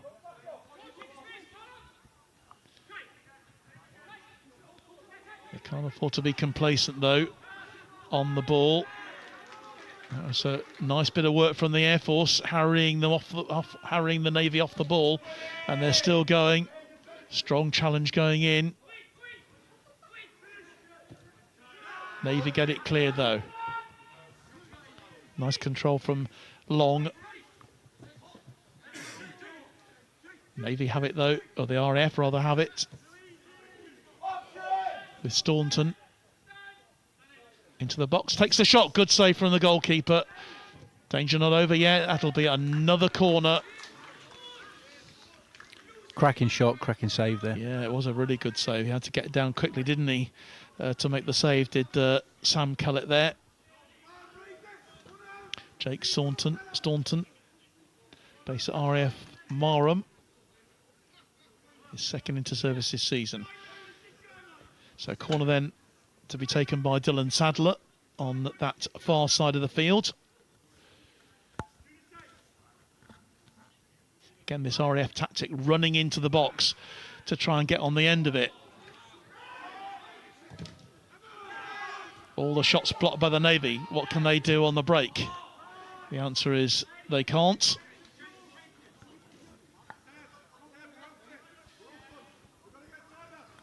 It was a really good save by Sam Kellett just to deny the Air Force there.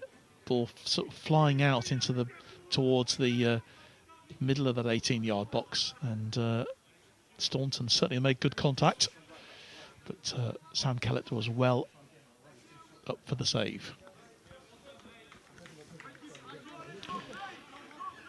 Here's Don Berger.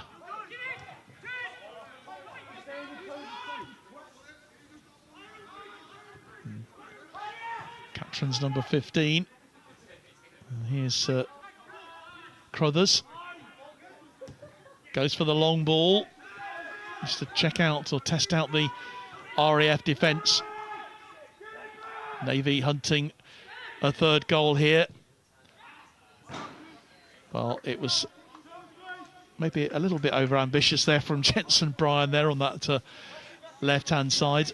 But he's already scored a goal and he's created the first. So he's had a good night's work so far. Header then goes in from Milligan.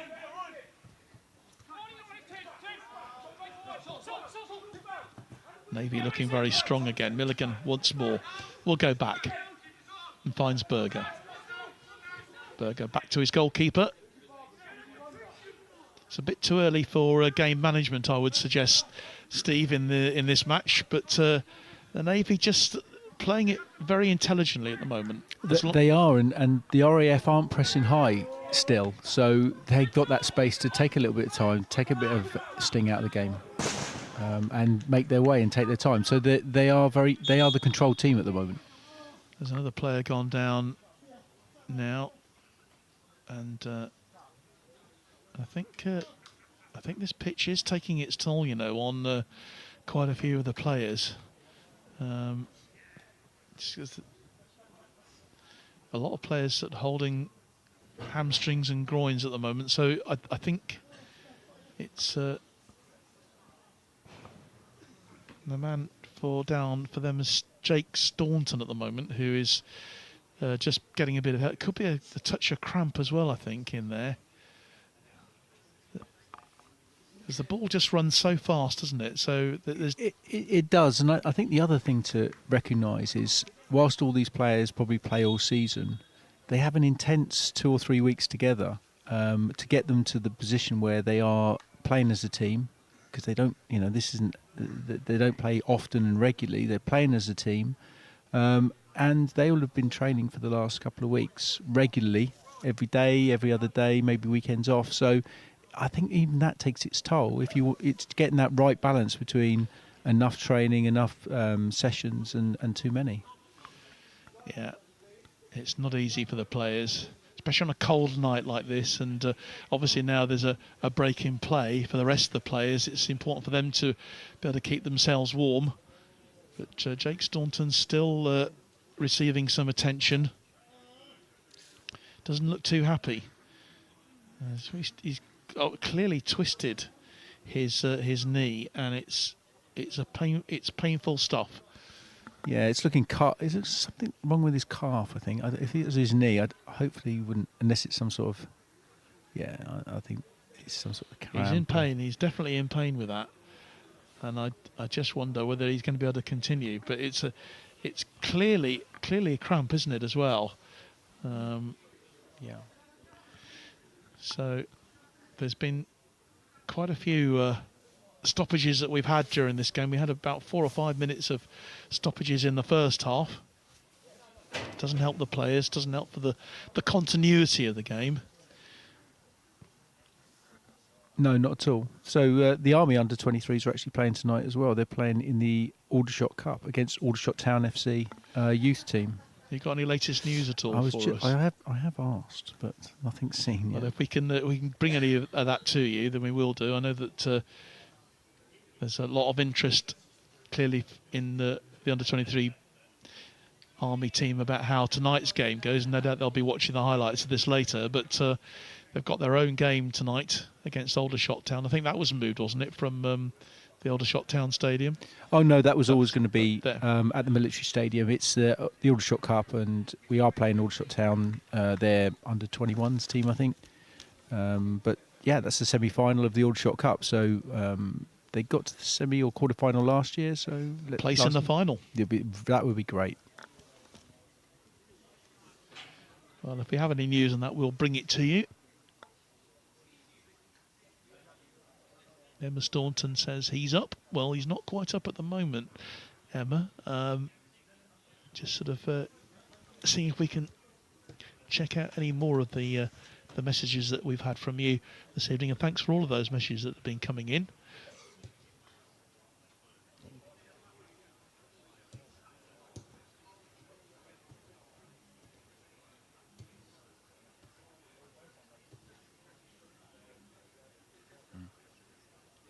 Okay, so the news from the military stadium in Aldershot, the under-23s team are 2-0 down, both penalties.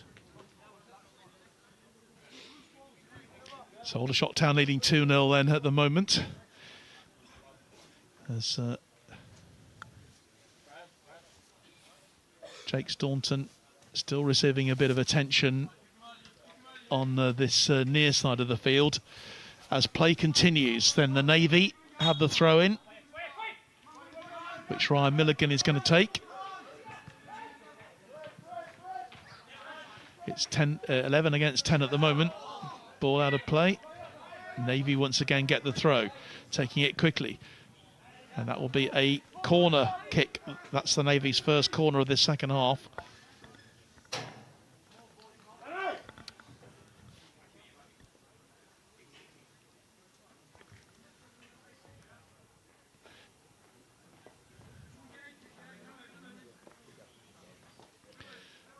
Just really trying to see what's happening with Ryan Milligan. He hasn't returned to the pitch as far as I can see. So the RAF at the moment are still down to 10 men as the corner comes in, headed clear by the Air Force. Chased by O'Hanlon. Runs out of play.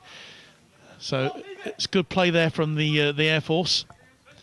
In fact, Ryan Milligan is back on the pitch. Good to see him back on the field again, as the Air Force are restored to 11 men.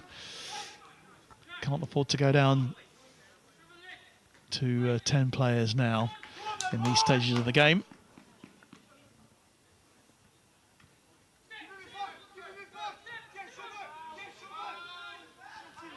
Referee says play on. Navy bring it clear with Sol Roche, who seems to have shaken off that injury that he had just as the Navy scored their second goal. It was a very good challenge there from the RAFs there from Ethan Jones. And that will be a corner now to the Air Force. So it's end-to-end stuff at the moment, Steve, isn't it? Absolutely, that was a great challenge, and more importantly, you played a great ball down the line. And it was cut out, so but a corner.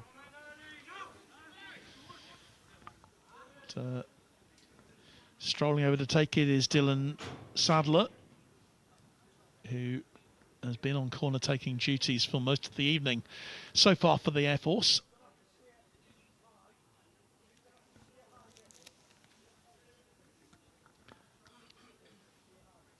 What can they achieve here then? It's another good corner, but in fact it's gone straight out of play. So a wasted opportunity for the Air Force, perhaps.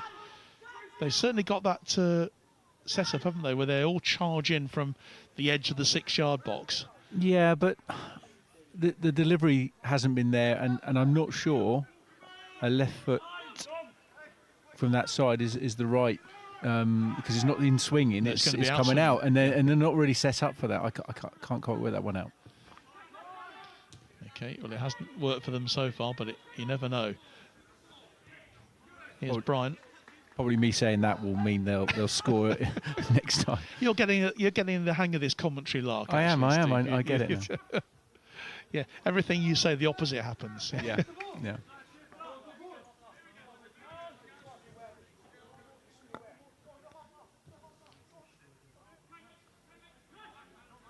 Navy 2-1 up. We've got 15 minutes left, plus quite a bit of stoppage time. Here's Sol Roche. Oh, that's a lovely ball flicked forward by Matt Long there, but didn't quite come off in the end. The RAF clearing it up with Harrison.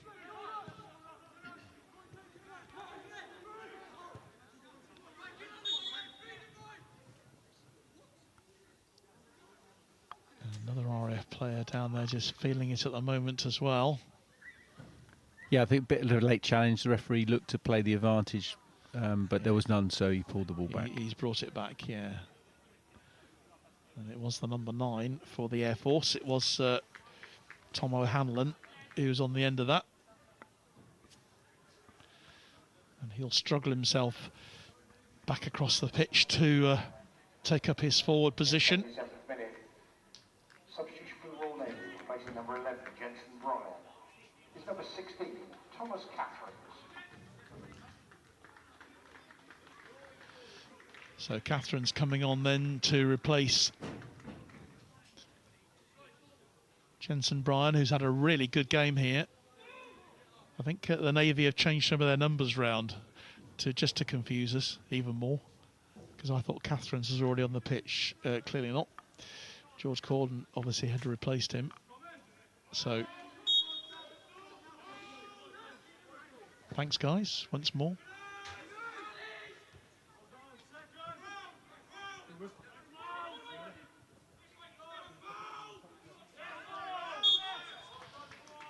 Well, the ball had gone out of play, said the referee, and so it will be a throw to the Navy.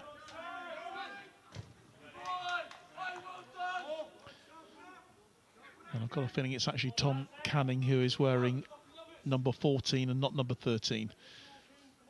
So I'm totally confused now.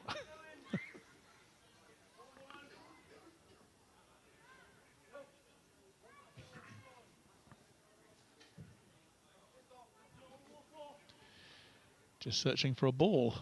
Always very useful.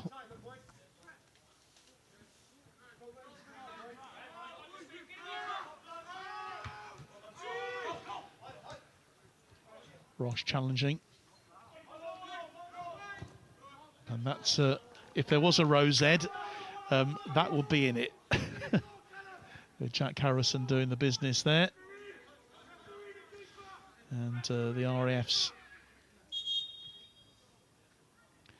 Jake Staunton then, who seems to have recovered from that injury, but now the Navy goalkeeper is, or the RAF goalkeeper is down again. And Louis Donini, who had a bit of treatment, didn't he, at the in the first half, but he seemed to recover. So I think the physios and the trainers have been amongst the busiest people tonight, haven't they, Steve, you know, here? Which is perhaps not surprising, you know, given the fact it's a cold old night and the pitch is pretty unforgiving.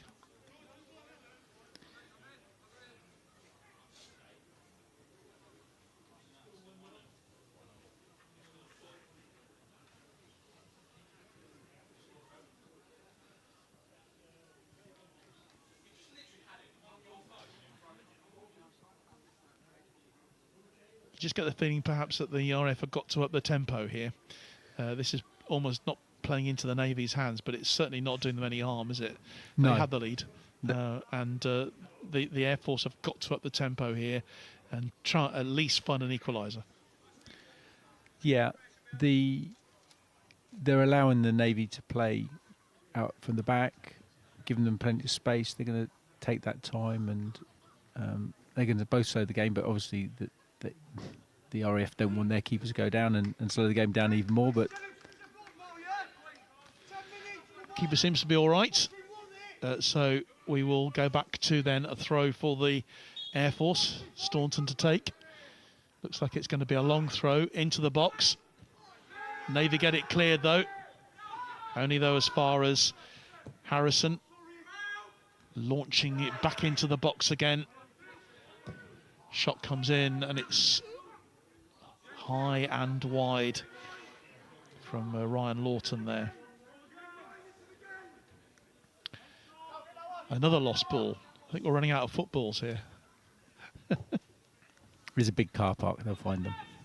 It's a huge car park, yeah. I think it's actually a coach park.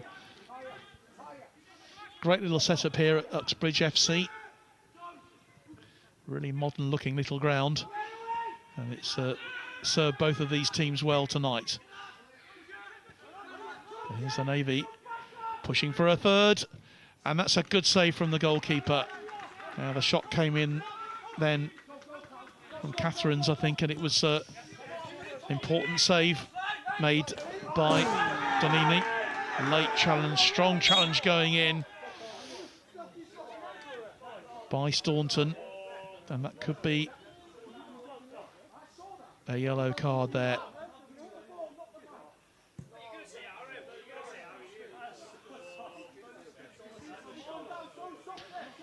Well, it was certainly a full-blooded challenge. He went for the ball, but he certainly got the player as well. So I think that is going to be a yellow card.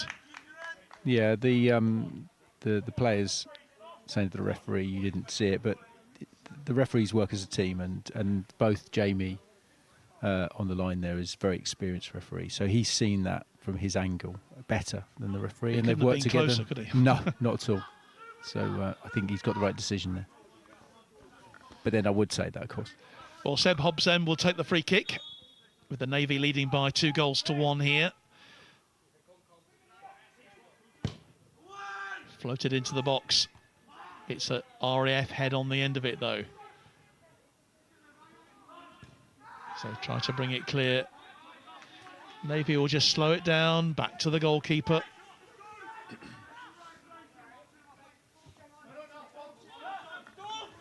Here's Berger, he takes a tumble, it's a foul. And he's fouled by Caldevine. Good play by the Navy defender there. He can see the player running in fast, just nicked it past him, took the hit. So I'll take the hit. And then slows the game down. Yeah. Looks like the RAF might be making another change here. They must be getting towards the end of the changes that they can make.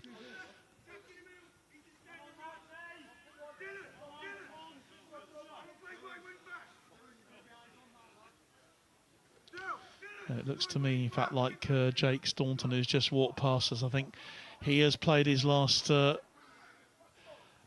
game tonight. Louis Parry. Replacing number 3, Jake Staunton. He's number 17, Louis Parry. Yeah, Louis Parry has come on then. RAF Regiment Gunner at Bryce Norton. He gets his chance then. And that presumably is the last change that the Air Force can make tonight. As the Navy have the free kick. Into the last 7 or 8 minutes of this, we're going to have a sizable bit of stoppage time. Navy again with the throw. Gosh, he's worked hard tonight as Solrosh, the number 9, fending the ball off.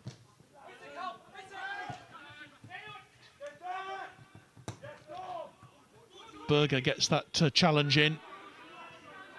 What can the Air Force do here? Being pushed back by the Navy.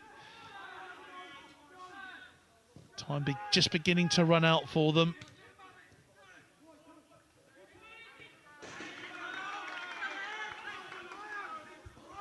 It's full-blooded stuff, Steve, isn't it? There's no doubt about that. It is, but the Navy will be happy that that full-blooded stuff is in the RAF's half, so they're looking comfortable at the moment. It's a foul throw, surely.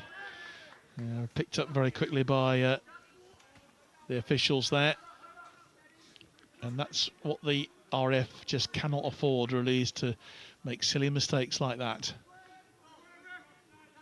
But in their hurry to get the game going, they've obviously been caught out there. So Navy have that with Cal Monaghan. Takes the throw.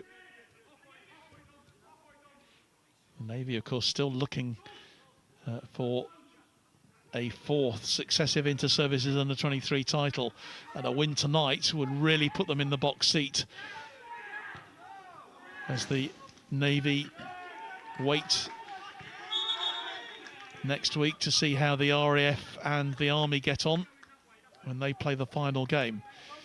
The Navy can do no more than win tonight. That will give them 4 points from their 2 games. But we're not over yet. RAF pushing and pushing and hoping they can get something. Hefty challenge going in on by Hobbs. The referee says play on. And just getting to his feet now is George Bishop.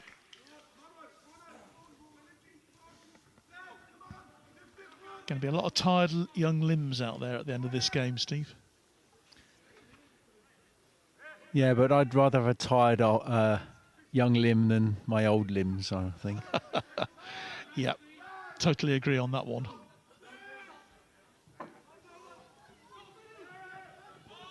Plenty of running in the Navy, and that's a lovely ball by Roche, going through into the box.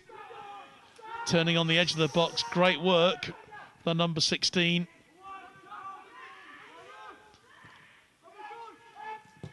Chance goes in. It's going to be cleared by the Air Force in the end, or is it? Eventually they get it clear. But the Navy pressure is being maintained here.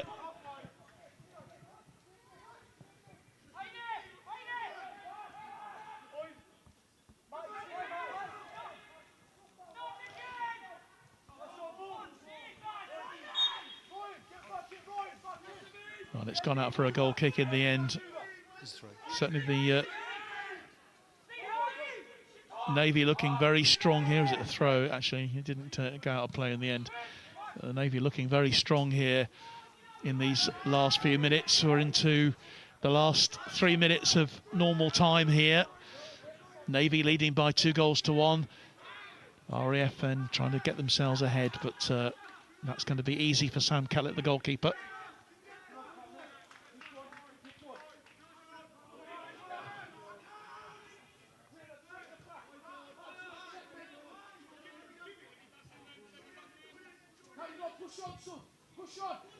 Mistake by the keeper then. It's a shot coming in from George Bishop, blocked in the end as the Navy try to take the pressure off by bringing the ball forward themselves. And that's knocked back into the hands of goalkeeper Donini in the end. Oh, almost horrendous stuff for the Air Force. They did get it clear in the end, and they will get the throw. Approaching the last minute of normal time. But I say we will have plenty of stoppage time here for the breaks that we've had in play. I'd imagine there might be around 5 minutes, possibly a bit more. So no time for the RAF to panic yet, but Sam Kellett puts the ball on the ground, dives on top of it, as goalkeepers seem to be doing with increased regularity these days.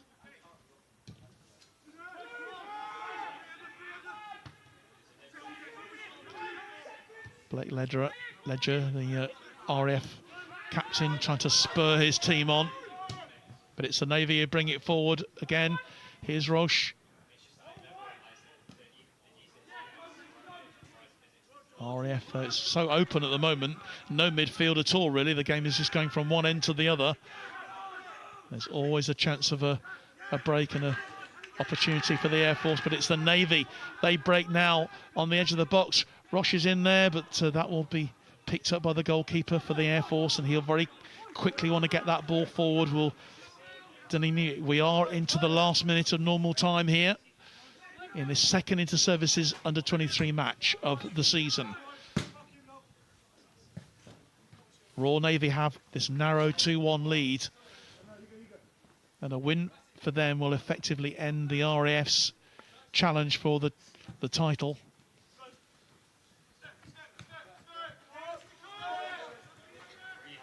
The Navy will have 4 points at the end of this, but the Air Force pushing and pushing and pushing and trying. A minimum of 6 additional minutes. A minimum of 6 additional minutes. So we have 6 minutes of extra time to add. Sol Roche looking to free up one of his players, hold on to the ball, still going. That's good play from him. And here come the Navy once more with Seb Hobbs. Ball into the box. Hobbs will get it back. Safely into the hands of the RAF keeper. Time running out then for the light blues here.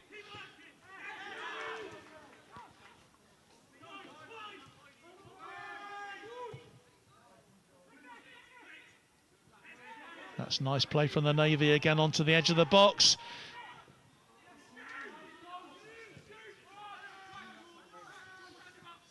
Oh, that was a hefty challenge going in there once more. That will be a free kick to the RAF. That challenge from George Corden there. Referee brings it back. No further action though against him.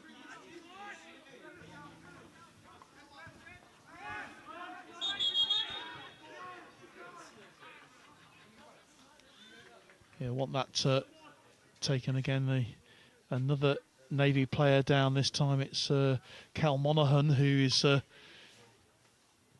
just down, and a lot of casualties on the pitch. Some more. Sol Roche is now getting some treatment for clearly got cramp. They certainly run their hearts out tonight, the players from both sides. Monaghan is hobbling around. He's gone down again.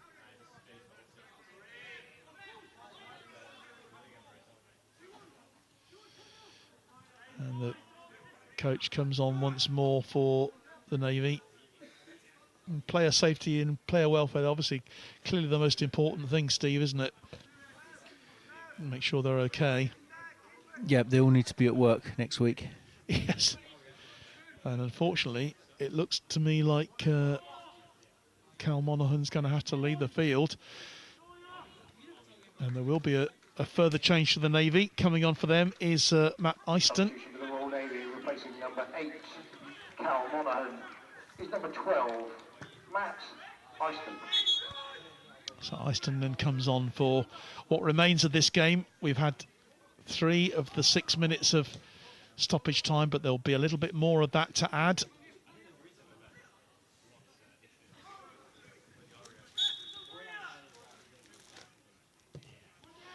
By Ash Foster, referee. Ball bobbling around, and it's gone just wide where it looked like it must have gone into the back of the net, but it was for much to the relief of the Royal Navy defenders. Didn't hit the target, and that possibly the last chance for the Air Force. I think they'll get one more. There's another 3 minutes. They're going to end up pushing again. They'll get another chance, but that was a good chance. Certainly a good opportunity for them. They've had some clear chances in this game with the Air Force. At least 3 of those have gone to Tom O'Hanlon. Not able to put them away. And again, it looks like it could be something that they regret at the end of it. This game just fizzling out just a little bit at the moment. The Navy just keen to manage this last few minutes. Not pushing too hard. But it'll be a great result for the Navy if they can hold on here. Air Force have looked very strong, but that crucial 3rd goal of this match has gone to the Navy.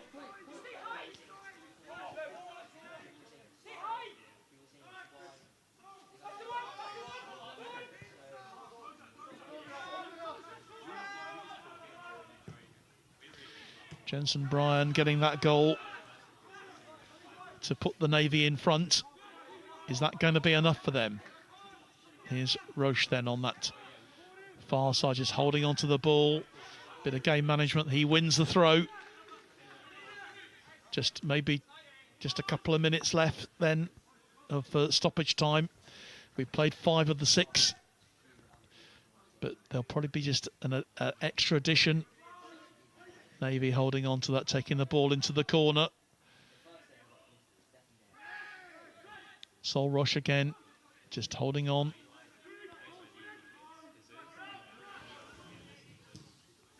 Gordon, Navy throw. Intelligent play this, isn't it, from the Navy, just winding the clock down. Navy, they played well all second half. Yes, the RAF had a couple of chances, but I mean they've really stifled them and got that winning goal, or potentially winning goal now, and yeah, they're just slowing down the game. They played really well. And this Navy young set of players, once again keeping that tradition going. The Navy just doing so well at the moment in inter-services football at all levels. I'm sure Chris James is probably watching tonight, the Navy senior coach who started it all off really at under 23 level with them, with their 3 championships, and it's been kept going, of course, by Stu Morgan. This is his last game tonight in charge of a Royal Navy team, and this is the last chance. Looks like it. Last chance saloon then for the RAF, and to take this corner is going to be Callum Calverley. Keeper's up. Keeper's come up for it as well. Navy managing it, a bit of pushing going on. RAF's on the edge of the box. Maybe it isn't the last chance, and that's going to be another yellow card for the Navy. It looks like Matt Long, who is going to go into the referee's notebook. So this is going to be the last opportunity then for the RAF. Dangerous free kick then. About 20 yards, 25 yards out.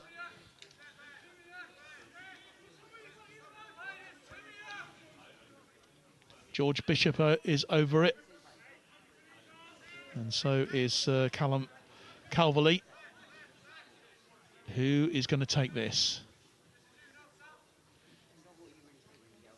Really vital stuff for the Air Force here. If they can get an equaliser, it keeps them in the tournament.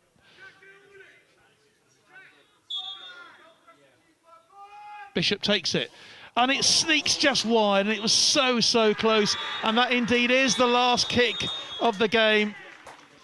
Goalkeeper didn't have to make the save in the end, did Sam Kellett, but it's the Navy who've come through and won this by 2-1 here.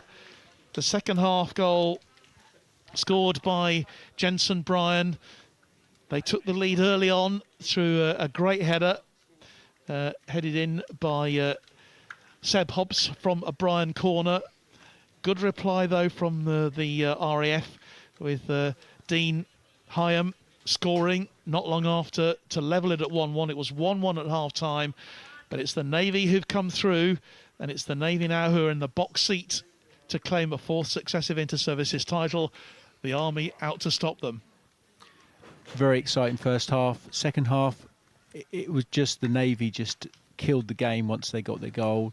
Very professional, very well done. And although the RAF came very close with that last kick, they did.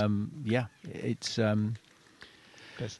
a great result for the Navy. Such are the tight margins of this Inter-Services Under-23 Championship. You remember from 12 months ago, Steve, I mean, it literally went down to the wire. This has been just as close. I have to feel sorry for Danny Bartley as well. This is obviously the opening game for him in this Inter-Services, and he'll know now that the RAF can't win the title, but they can stop the Navy. The Army. Well, they can stop the Army from winning it. Yep.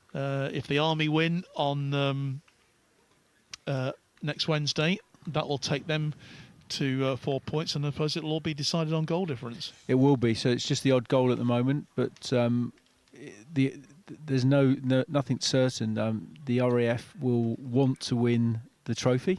That's between the Army and the RAF. They'll want that trophy, and they will not want to lose 2 games in this year's inter-services. So it's going to be a tough game for the Army next week, and I think the RAF will come out probably as motivated as if they had the chance to win the inter-services. Yeah, as you say, there is a trophy up for grabs tonight. It's the Richard Wilkinson Trophy, and that will be presented very shortly. We'll just stay for that, if we may, just to see this trophy presentation. The Navy, obviously, they shared last week the Joe Collins Trophy, which was on offer last week, so they'll now have the share of at least 2 trophies, and who knows next week as well whether they'll have the inter-services title to add to that collection. I'm sure from an Army point of view, Steve, you're watching, and the Army team probably watching later, will have taken quite a lot from this game. They'll maybe just see what the RAF have to offer, because they're dangerous on the break, aren't they? Yeah. When they pressed high, and when they caught the Navy out, they triggered quickly and they moved quickly, and they played really well. Whether it was injuries or in the second half, or whether they just didn't have the same stamina to press, I don't know, but they just didn't play quite the same.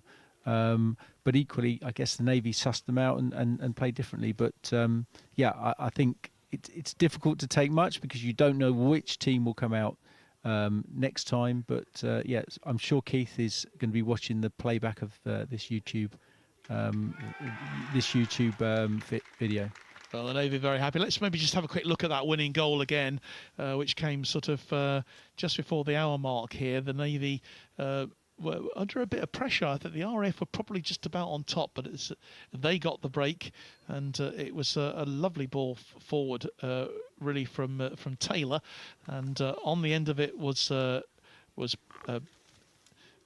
Jensen Bryan, who took the ball, headed the ball home into the back of the net to give the Navy the victory. And it was a lovely cross ball, and Bryan was on the end of it. Just that nod of a header past the goalkeeper, which caught everybody on the hop, and it was that was enough in the end to seal this for the Royal Navy. Well, I think what we're going to do is we won't see the trophy presentation. It's a very cold night here at Uxbridge, and so we're going to bring things to an end now for our live coverage here this evening. Thank you so much for joining us tonight, and my big thanks as well, Steve, for your company this evening.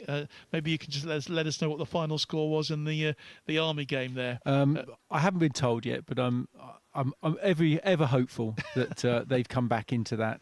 Thank you very much for inviting me, John. I really enjoyed it. It's the first time I've had the opportunity to do this, and yeah, I really enjoyed it. Thank you. Well, the players just going over there now for that trophy presentation, but from myself, John Knight, and Steve, and the rest of the team here at Uxbridge tonight, it's a very good night. Thank you so much for joining us, and don't forget, next week we will have the deciding match in this season's Under-23 Championship, which will be coming to you at 3 o'clock kickoff, and that's an afternoon kickoff, of course, and we will see you then. But from me and the rest of the team, a very good night. Thanks for joining us. The header is in the net. It's a goal. And the follow-up takes it. And it's a goal. It's a goal, John. This time. A chance for the RAF, and he's missed it. What a save. And it's a really good save. That's a superb save.